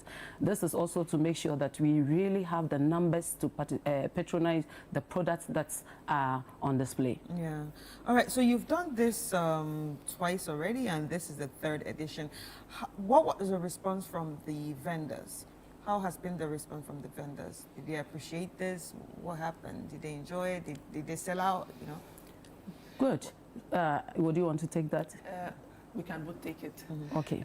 So for me, even as a participant, I've had the opportunity to have some of the exhibitors as my suppliers. And this is one case just for even me. And most of the vendors have been able to identify, especially those who are into fashion, those who are into the food production services and all that. They've been able to get within amongst us people that they can supply to. So also is the general public that they've been able to have one or two contacts or people that you can supply to. You know, from amongst us, somebody's products is the raw material for somebody's finished goods. So that kind of networking has been there. Then especially so there's a whole supply chain thing going there. Yes, within the network, you know that you can have that. And even for the public as well, you are able to get people that you can source from or they're sourcing from you. So that has been the success story for us. Okay. And it's also members finding out that, oh, so we have these people amongst us and patronizing. And I think the other thing too, of course, is Ghana, the economy is a bit wonky, so there will be the usual complaint of, oh, the sales were not so good. So this year we are doing more to make sure that the sales are good. We are putting in measures to make sure that when people come, they actually make sales and they actually also buy. All right. So finally, we are very hopeful. All right. So finally, where is it happening? Is it free? When? What do people need to know about, you know, everything? It's free. And it's at the Ifwa Sutherland Children's Park, 25th October. It's a Saturday. It's from 9 a.m. till late. The fair will officially close around 6 p.m., but we are party people, so we can party till mama calls. Yeah. So just to add to that, it's at a very central location. It's easy to reach. That's the Ifwa Sutherland Children's Park. And then also, just let's bear in mind that the health theme is there to support all of us in terms of the screening and any other issues that you may have when it comes to the Breast Awareness Week. Just come around, just come and have the opportunity to be screened. Just also know that apart from the business, there's always a network between the houses. That's one thing that we always highlight at the Moga Business Fair, the inter-houses. We want to showcase our projects, what we've done in terms of supporting our school. We want to also make sure that we give back through our houses, renovation, and any other thing that we use to enhance the standards of the various houses. So if you're a Mogan out there, you have to come rep in your house color, but style it with pink because we are in the pink month. So whatever you can do to just style it up with the pink, please come in and support what we are doing as Purple Ladies. All right. Thank you so much, ladies. We've been speaking to Nelly Joanna Spio Abadio, and also we have also been speaking to Florence MFL Papo, who are all students of the Infancy-Man Girls School. And it's all about the Moga Business Fair, the 3rd edition. That's going to be happening on the 23rd of August at the Ifwa Sutherland Children's Park. You do not want to miss this. You do not want to miss this, so please come through with your friends, with your family, and remember that there's also going to be some free screenings. Yes, so come and screen. You know, we've always been reminding you that it's the Breast Cancer Awareness Month. So just use this time to check your breast, examine your breast, and all the free screenings, make use of them. So this is one of it. So go out there and, you know, go get screened and also support the Moga Business Fair. Thank you so much, ladies. It's been nice talking to you. Up next, we have another conversation, and we have Philip that's actually sat down with reps from Alisa Hotel. It was a great conversation, and obviously we want you to check it out.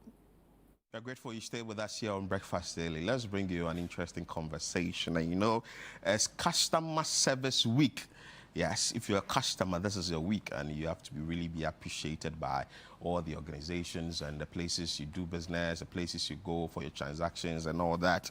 But we have in studio Alisa Hotels. They have something special for you as a customer. and also a client. You have been going there for their services, maybe the buffet, the hotel services, and all that. In studio is Jerome Dua, the sales executive, Alisa Hotels, and also Chef Freeman, executive chef, Alisa Hotels. Yeah, welcome, gentlemen. Thank you. How are we doing? Doing great. Good to be here. Let me start with you, Jerome. Customer Service Week. How is Alisa Hotels handling or treating customers during this week? Okay, so I want to first of all thank my cherished guests and then our viewers. I mean, we've been in great partnership with Channel One over the years. We are 26 years old and still counting. This week, as we all know, is Customer Appreciation Week, and we took it upon ourselves to make sure each and every customer and guest we have is being appreciated and thanked for their continuous patronage and businesses. So we have some series of events which is taking place. First of all, on Wednesdays we have games night. Yeah. So at the climax of that event, we give away vouchers and then other gifts to thank them for coming, but not to everyone. But I mean, as a prize for the various activities that go on. I mean, for the winners. We also have our Friday barbecue with live band, also from 6:30 p.m. to 10:30 p.m. Also during that, we will also give away some goodies, and then we also have Sunday brunch, also with live band as well. So these events are going on from now till December. But especially for this week, on every climax of the event, we give away something, at least just to thank you. So you can do well to pass by, drop your card, and engage in any of the events. Oh, that's interesting. Yeah. Chef Freeman, yes, you are in the kitchen. Most certainly, the heart of the hotel, as they say. Everybody needs to eat. Exactly. The heart of it. So what are you giving to customers, Customer Week, and what should customers really come in and enjoy during this period? Okay, so we've got many outlets that we've run. We have the new Oasis Lounge and Bistro, which is more of a fine dining kind of restaurant. It's only been open less than a year and doing very well. And then in the restaurants at Atlantic, we do theme nights. So on a Monday is around Africa, so we have all different types of African dishes. On a Tuesday, we do like an American diner event, which is quite fun and nice. On a Wednesday, it is Ghana night, so you'll find all the traditional food there with all the coconut, the palm wine, and other things. On Thursday we do Chinese, so we have some Chinese dishes there and some live cooking as well. And then, as Jerome mentioned, we have the Friday barbecue. Then on Saturday we do another barbecue, which is at the Oasis lawn, and which is very nice. And then, as Jerome mentioned, the Sunday brunch. So there's always something to eat. What of something for Sunday? Is a Sunday brunch. Sunday brunch. So that is a big full buffet. And eat as much as you like. So after church, you would want to pass there with your children, with your entire family, so enjoy something from Alisa. And I'll be there. Yeah. More of locals and then a few of continental. Beautiful. So now, Customer Service Week. What does it really mean for Alisa Hotels? Let's delve into it deeper. For that, as our motto goes, our Kwaba means more than just welcome. So is because of the customers. That is why we exist. That is why we operate. And without them, as usual, we won't be able to be in operation. So it means more than just the celebration. It means a lot to us. A lot. You have no idea. Because it's not only through this period we need to appreciate them, always, because it's an everyday thing. So that's why we are also going out there, visiting them, with at least something, a thank you package to appreciate them for their businesses. So, I mean, we are trying to do a lot to make them feel pompous. You get it? Wow. So it means a lot to us. So don't worry. Chef Freeman. Yes. Just whet our appetite. Why should someone come to Alisa Hotels and say, I'm passing through to enjoy the services for Alisa Hotels or of Alisa Hotels? As Jerome has mentioned, we've been around for a very long time, and everybody knows about our service, our quality of food, and that. So yeah, no, so it's please come through again and get experience of what we offer. Bring your friends that haven't been, and family members as well, and taste the real traditional Ghanaian food that we offer and service, and that. And yeah, you'll be amazed. Jerome, any final words from you? Before we take Yeah. leave of us? So I want to inform my guests that we now have a 1,000-seater capacity dome. Oh, okay. A conference space that can sit about 1,000-seater. Like my chef said, we also have the Oasis Lounge and Bistro, which is also newly opened. So they should do well to pass by. We also have a branch in Tema, not to forget. That was also opened 2 years ago. And then we'll, encourage them to pass by to have a look at the facility and also experience the same Ghanaian authenticity. Beautiful. Thank you so much, Jerome Bia, Sales Executive, Alisa Hotels, and also Chef Freeman. He's the Executive Chef at Alisa Hotels. Mind you, it's all about the customer service week. That's why they came in the studio. Keep watching Channel One TV, Breakfast Daily.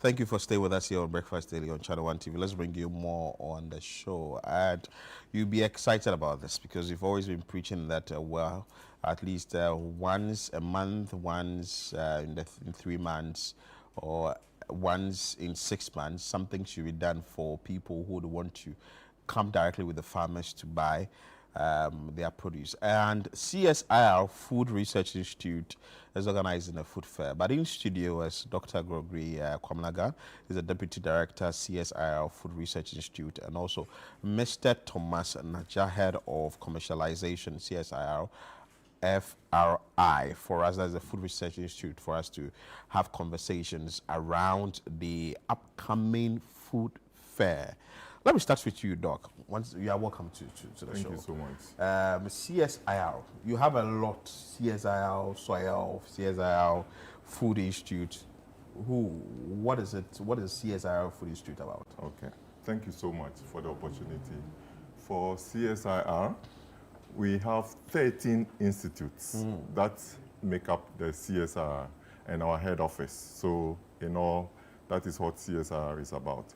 And food research is just one of the 13 institutes with the mandate set aside by an act of parliament in 1963 to conduct applied research into issues that deal with food processing, food preservation, food quality, and also food marketing, and also to advise government on its food policies. Wow. All in with the mind that we'll have food security in Ghana. So that is all that food research is about. And it falls under CSIR of Ghana. And Mr. Naja, you've been in existence for how long? 19 years. 19? Yes. What are some of the achievements? Oh, CSIR Food Research Institute, you see, we do apply research. And at the end of the day, the outcomes of those research are converted into snapshots, either a product, a service, or a technology to solve peculiar problems. So you can see all this processed food in Ghana and West Africa. You can trace their source to Food Research Institute. Need Fufu is an example. Nkulenu, Blue Skies, all these technologies, food processing technologies are coming from CSIR Food Research Institute. So currently, we have about 32 different training models where entrepreneurs can come for training program to create their own jobs. And that's what we are doing at the moment. Just to mention but few, the high quality cassava flour, the chocolate processing, the mushroom technology, cultivation technology, and so forth. Beautiful. So now let's come to why we are here this morning. The upcoming food fair. Mr. Naja, help us with that.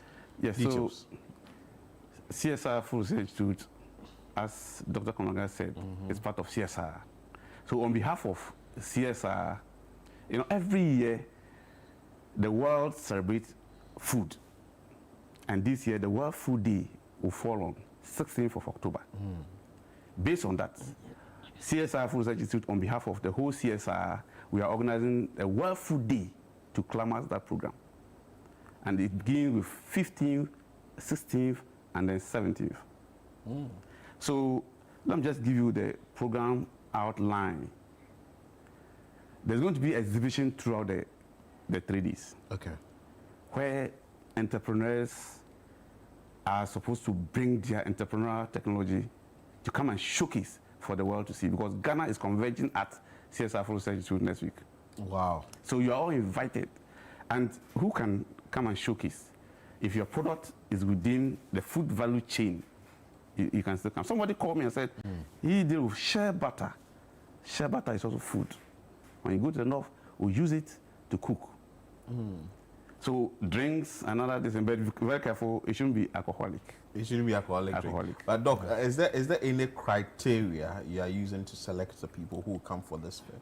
Okay, normally we want anybody in the food value chain that has added value. As an institute, we are a post-harvest technology institute. So when the food is taken out of the field, whatever we want to add to the food to make sure it stays on the shelf longer, that is what we do. And also make it add more value so that it becomes more nutritious and also safe for consumption. But to add to the achievements that we had in the past, let me just mention about just 2 technologies. When you take the fufu powders that we cook, like the neat fufu my colleague mentioned, formally you have to go, let's say from the farm, uproot your cassava or yam, come to the house, you peel, you wash, you boil, then you pound before you have your fufu. But now you can just walk to a convenience shop and you pick a packed fufu powder, and there you go, in 5-10 minutes you have your fufu ready. Okay, that is a technology we have developed over the years at Food Research Institute. That is just one. When you talk about mushrooms, formerly the mushrooms will grow in the wild. People will go and harvest it in the forest. But we have brought it home. You come, we teach you the technology as how you can produce the mushrooms. Yeah. Yes, and it's so convenient. And we use 100% natural resources, sawdust and what we call the spawns, like the seeds of the mushroom that we grow. People come, we train them, and they look like, hey, we thought this was artificial, like we are fabricating it in the lab. No, they are all natural. Just that we study how the mushroom grow in the wild, and we replicate the same thing in our yard, and people are doing that. Before I come to maybe contact and also the people who are supporting this program, Doc, you made mention of all the research you've done and all that. Let me just digress a bit to Galamsey. Have you heard of the contumely conversation that some sort of minerals or the chemicals are not helping entering into the contumely that is not good for us to consume? Sure. That is why when you come to food research, we have accredited labs. And when we talk about accredited labs, they are international standard labs that whatever food that we want to eat or we produce, we test them. We call something heavy metals analysis. So we do heavy metals, we detect mercury, arsenic, all the chemicals that are harmful to the body. We do the analysis in the lab. So the noise that we have, our foods being contaminated with heavy metal, we have the capacity. And anybody going to Food and Drugs Authority, anybody going to Ghana Standards Authority to certify a food to be sold in Ghana, they are directed to come to our labs. We do analysis. And when they fall under safe conditions, that is where we recommend that those foods be allowed to be sold in our supermarkets. But with the research you have done, is it alarming? Yes. Galamsey, food, vegetables? Yes. There's a lot of work going on, but for now, I would say that we are detecting some levels of these heavy metals in the foods. But we can't conclude to say for now that they are alarming or not. But other people have done other research, which is pointing to the fact that we have heavy pollution of our foods that with heavy metals. Wow. Let's come back to the food fair. So with the food fair, apart from the exhibitions, we also want to catch the young ones that are coming up, like the basic schools and the secondary schools. So we are also bringing them in at the basic level. We are challenging 4 basic schools in form of a quiz competition to test them on food security issues about the safety of food, like the galamsey you mentioned, just to throw the knowledge to the children that when we don't handle our foods well, we'll have contamination. So we are bringing on board University of Ghana Basic School, we are bringing on board Achimota Basic School, we are bringing on board Christ the King International School, and also Labaoleshi Presby 2 Basic School in a quiz competition. Then at the secondary school level, we are bringing on board Laboni Secondary School, we are bringing on board St. Grammar School, then also West African Secondary School and Wesley Grammar Schools, all in Accra, in a cooking competition, because we want, if you are cooking vegetables for salad or any other thing, we want to see how the children are handling the food, what they are taught at the home economics level, so that we can have safe food. That is why we are bringing them on board to have a food fair. Beautiful. Mr. Naja, so contact if someone is watching and is like, oh, I want to participate in this food fair. How is the person going to go about it? Just call this number 0243 759744. 0243 759744. 0243 759744. Mention it again. 0243 759744. And what does it take for the person to be part of it? You just call. We'll give you a Momo number to pay into just 700 cedis. Okay. I mean, for 3 Then you are days. good to go. Yes, and you're for good 3 to go. days. For 3 days. That's good. We want to come down to everybody's level.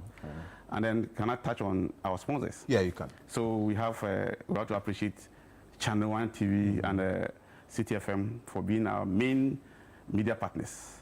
And then, not forgetting MP, our MP, Honorable John Demelu. What we are Deputy Agric Minister. Sure. He'll be there.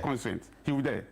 Yes. And then we have Copia, we have Kivu Foods, we have GCB Bank, we have Casa Precon, EPP Books, we have Indomie, we have Jibu Water, and we have Admi Granol Paste. Wow. So, and then Fever Drinks. Okay. Fever Drinks. Fever Drinks. Yeah, so we want to appreciate all of them. Okay.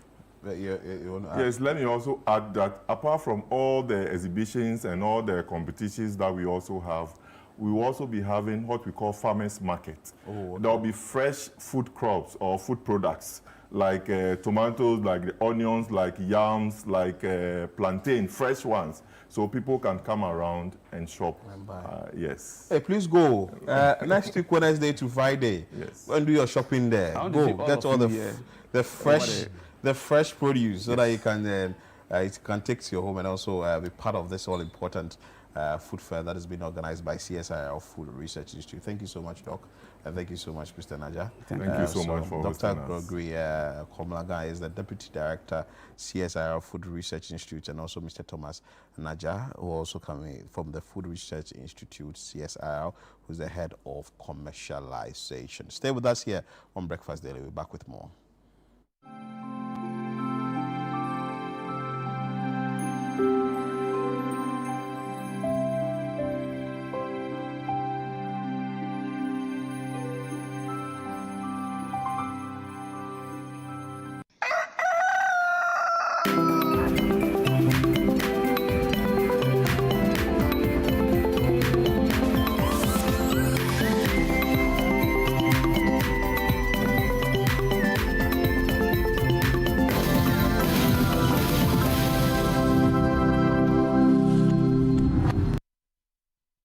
Lady is still in love with her high school sweetheart, but he's getting married. Confused and torn between letting go or staying friends, she turns to Chris Carter and her sisters for advice. What would you do if it were you? Back in high school, I was dating a guy I really liked. Unfortunately, my teachers at that time forced me to end the relationship, and I obeyed. He tried to reach out, but I never explained the real reason why I left. Eventually, I reconnected with him, hoping we could talk things through and maybe even give our relationship another chance. But then he told me he was getting married. My heart sank. I congratulated him and ended the conversation. The truth is, I think I still love him, but he is married now, and I will never want to interfere in his marriage. Still, the feelings are there, and I do not know what to do with them. So, dear sisters, I need your advice. Sometimes when you know that something could have been yours and it's no longer yours, you long for it. So that thing that she's feeling like love is because she feels entitled to him. People and get people hanging up in feelings that they had. So having said that, I think that she would need to distance herself from this man. Clearly maybe she has seen him now and he's looking like something, he has come to be what actually she thought he would be. Tune in this Friday at 9 p.m. only on Channel 1 TV. Sister Sister is proudly sponsored by Gino. Gino truly cares.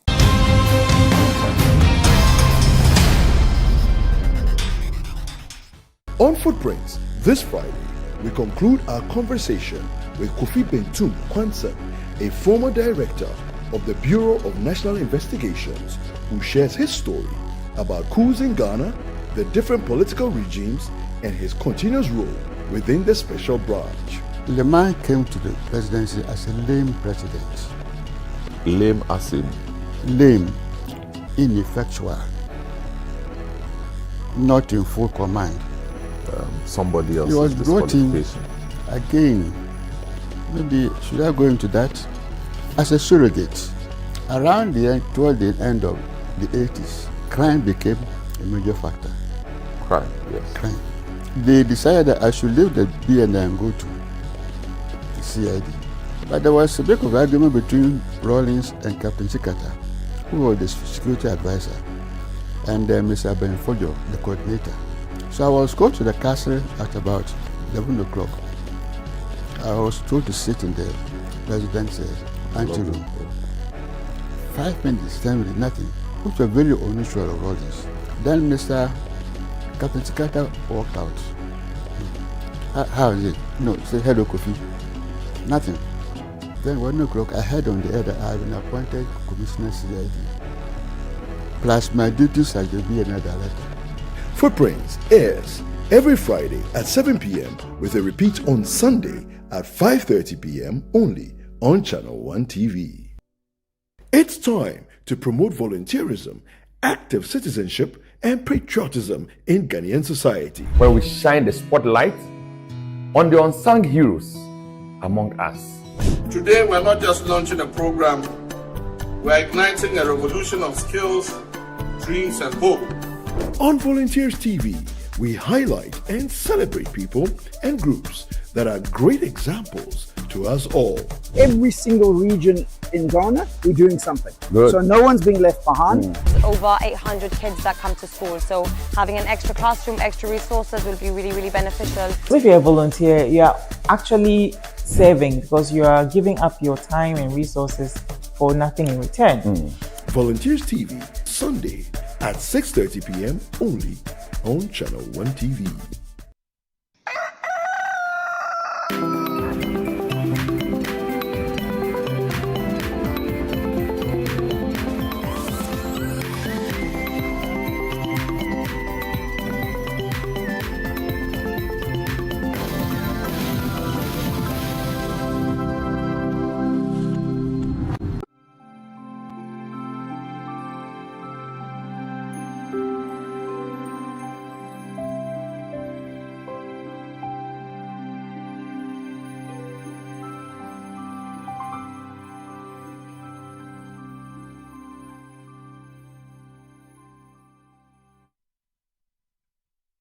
And of course, we are bringing you a lot more on Breakfast Daily on Channel 1 TV. You know that on Fridays, we wrap up the show with entertainment. in studio, Akol Komsen and Fifi Anan. Gentlemen, how are you? We are different. I don't know about that, but we're good. It's a Friday. Charlie Fifi, today what's up? Do you know why every time Fifi talks, he has to do this? Of course. What the does that president mean? of the Gen Z people. It's me calling my spirit. Allah. Charlie, what do you have for us in the So there's good news. Ghana's Kente, our very own popular Kente, has been given a geographical indication. Yeah. It's been given a, I don't know, is it geographical indication? Indication, yeah. So what that means is that it's now out there that Kente that originates from certain communities or weaving communities here in Ghana is certified as quality Kente, the proper Kente. Yeah.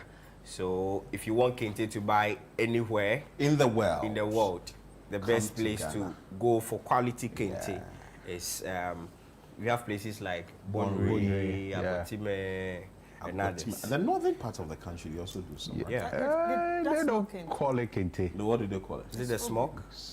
It's okay. It's fugu. Yeah. Oh, okay. Yeah. Sure. Okay. Is it the same material? It's not the same material, and it's different techniques. Oh. Yeah. Yes. But then I think more different like colors. the woven. So basically, a lot of people weave, but you can see where it comes from the style of the weaving. Yeah. Of the weaving. So if you see the fugu, you know this is the fugu. If you see the kente, you know this is the kente. When you go to other countries and see this, you know, okay, this is from here, this from because of the style of weaving. Yeah. Beautiful. So it's very technical, and I mean, I'm super excited about this because we've been calling for this for the longest time.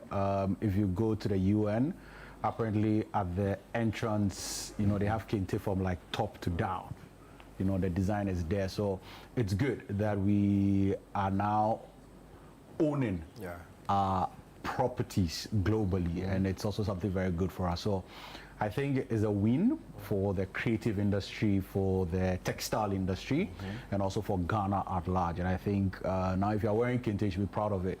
Because you go to other countries and you see they're wearing Kente, they don't even know where it comes from. So it's good that now we have like that recognition that, hey, if you're wearing Kente, you should know that it comes from Ghana. I'll be surprised that nobody knows where kente comes from. Oh, really? Really? Or don't be. Maybe there may be someone in the part of the world put it on, but it doesn't really know where it's coming No, from. I mean, people export it without necessarily tagging the Ghana name along. So Yeah.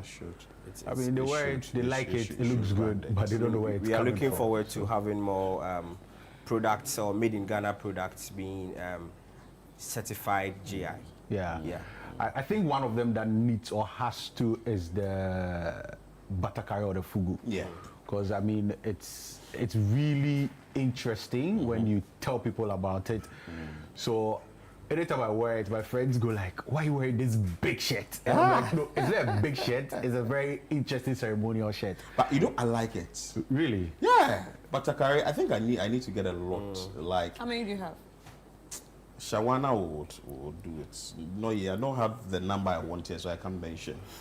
When you put it, you can put it on. You know, you don't even put on singlet or anything. And it's heavy. Freedom. It's heavy. Yeah. But when you sit in a car that has air condition, or you sit in an air condition, it soaks. That's right. The AC. Oh, boss. Then when you it's fun. And you know, it's free. You can go everywhere. I'm a plus size. So when you're going to eat the fufu, and nobody will even say that stomach. I fancy the armless ones though. You see, there's one that's up to your elbow here, and then there is the armless one. I fancy the armless one. No, maybe I like the ones. We have a lot of things in Ghana. That we need to. And people really like the Batakari because like I took some friends of mine. So what's the difference between fufu and Batakari? No, the Batakari is the style of the dress. Oh, okay. Batakari is the style of the dress. Oh, okay. And the fugu is the material. Oh. Okay, I don't know. How am I telling you guys this? Because I don't know. Teachers. You're into fashion, so you want to But what I also know is that the Ashantis are the ones that call it Batakari. Oh, okay. Yeah, but the Northerners are likely to call it fugu. I mean, I don't know. Me, I'm learning. You don't want Because, no, that, because yeah. when you go to, Yeah. when you even go to buy fugu from the guys and then you say Northern Kente, they like to correct you. They'll tell you there's nothing like Northern Kente because Kente is for the Ashanti region. Do you understand? So you should call it their own fugu.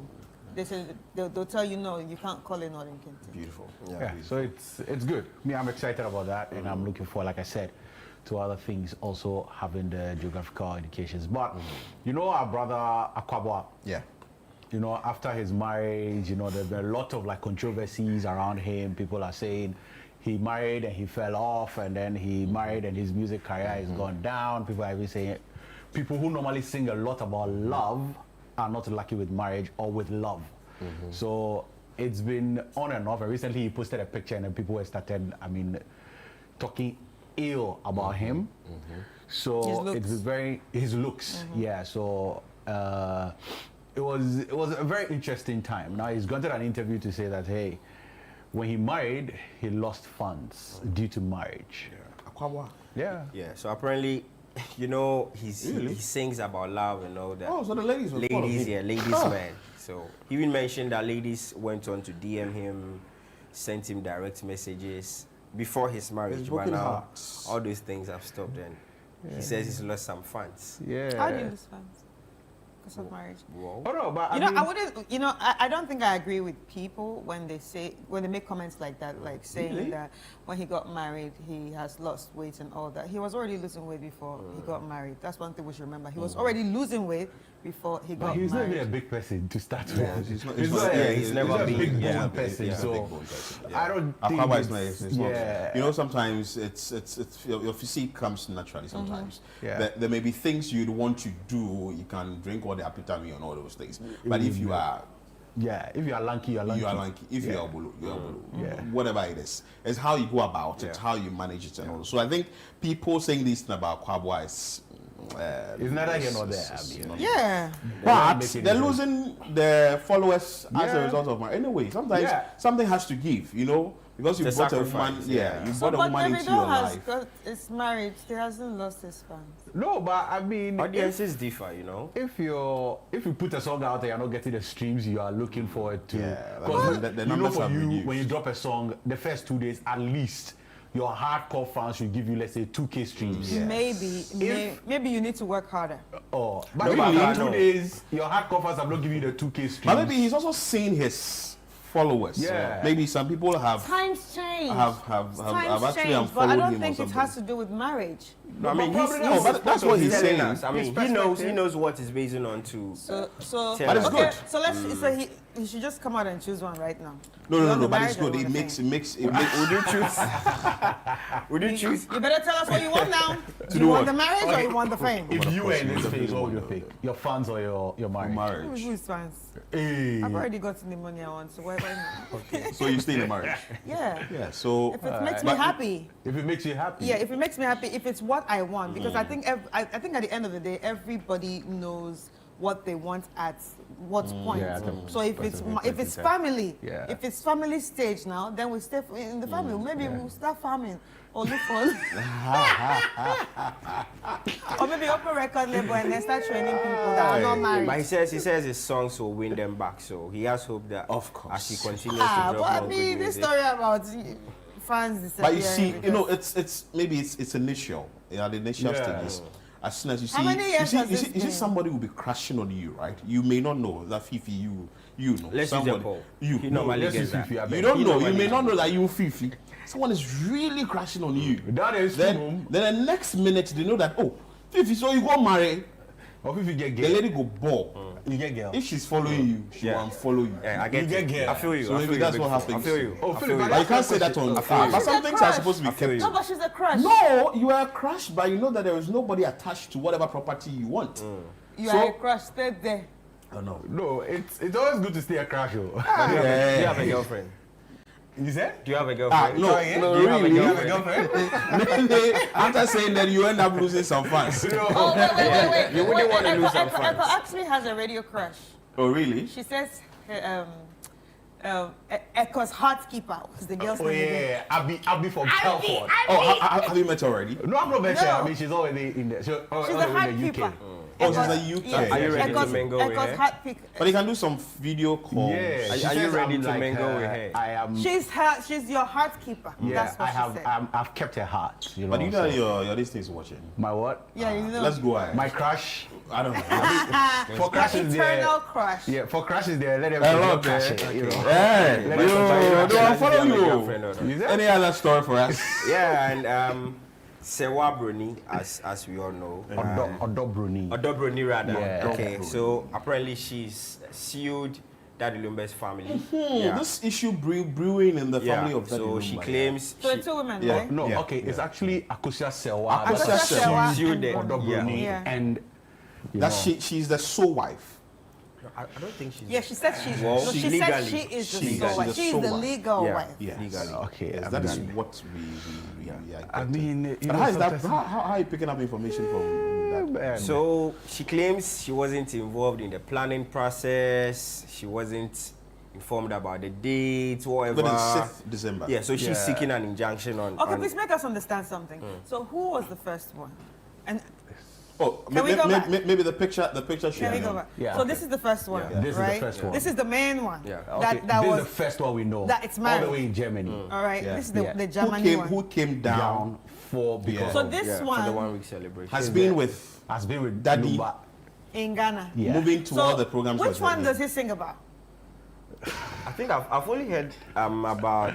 Yeah, Odobroni. because there's a lot of that topic. I know. Akosia Sewa say yeah. So is this one? So is this one? Yeah. No, he sang about Odobroni as well. Yeah, I Okay, think so he's mentioned, maybe he sang he's mentioned about Odobroni. about Now, both of wow, them. whoa, whoa, Yeah. whoa, the man don't die. So the you women see, they fight. Why you for You keep see- your you crush see- well? Why we even walking into Chris's? She set a trap for us.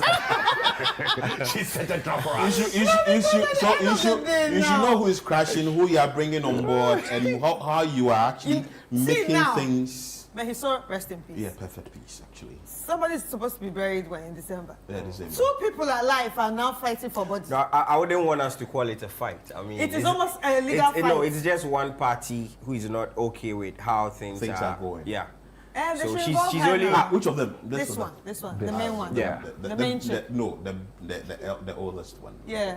The Germany one. The senior, Chris will put us into No, trouble. senior partner against the but junior she's partner. saying that she's the leader. No, you can't She's say the- the main Yeah. because we do not We know. don't know. So it's No, the no, senior no. and I'm the just junior. saying she's alleging that she's the main. So she just wants She just wants to things be to be involved in whatever is going on. Well, because Yeah. you know the thing is because she's been in Germany. Does it mean that the family know the younger one more than the older one? I mean, since boy. the younger one has been, Has was been with Has always Daddy been with Lumba him. until he Yeah. passed He away. passed, yeah. Definitely, they will have a better rapport. Truth be with told, the- I really don't like these things. Well, that is their legal issue. That's family issue. You don't like polygamy? Not polygamy per se. So you but like polygamy?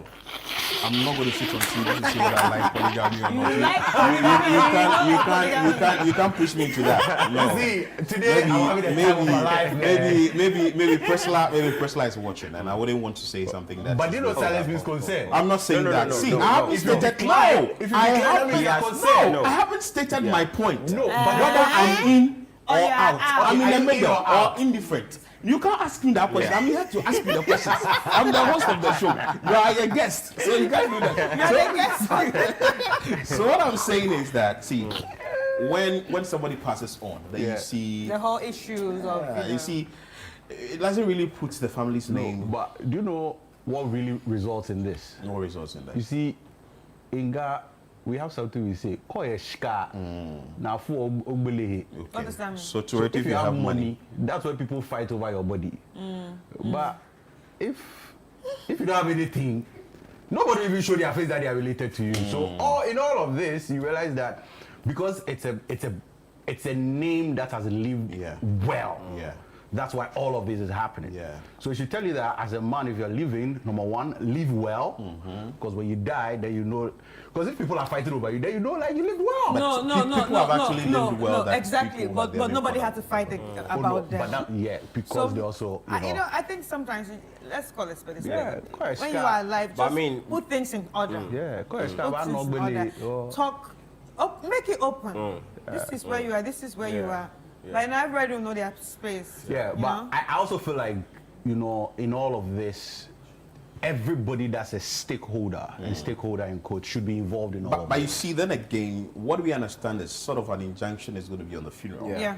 And if this pushes and try and prolong, things are prolonged, well, I'm going to bury our legend Exactly. first. Yeah. Because see, it's not a family property now. Now it's a state property, if not global. Because people are now going to enter into all that. Then when these things happen, it's sort of, I keep saying, it's going to mar the whole event. And the whole People are who are legendary supposed to status come, the too. legendary Yeah. status and all that.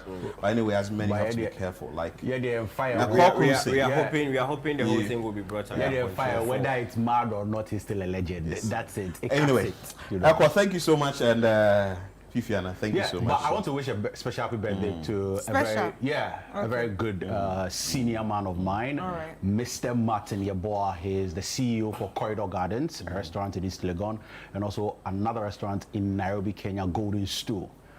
Happy birthday to you. Tonight we are jamming and we'll be there to party. Beautiful. So, yeah. And this one is coming. Best wishes to Emmanuel Boidi on your new milestone.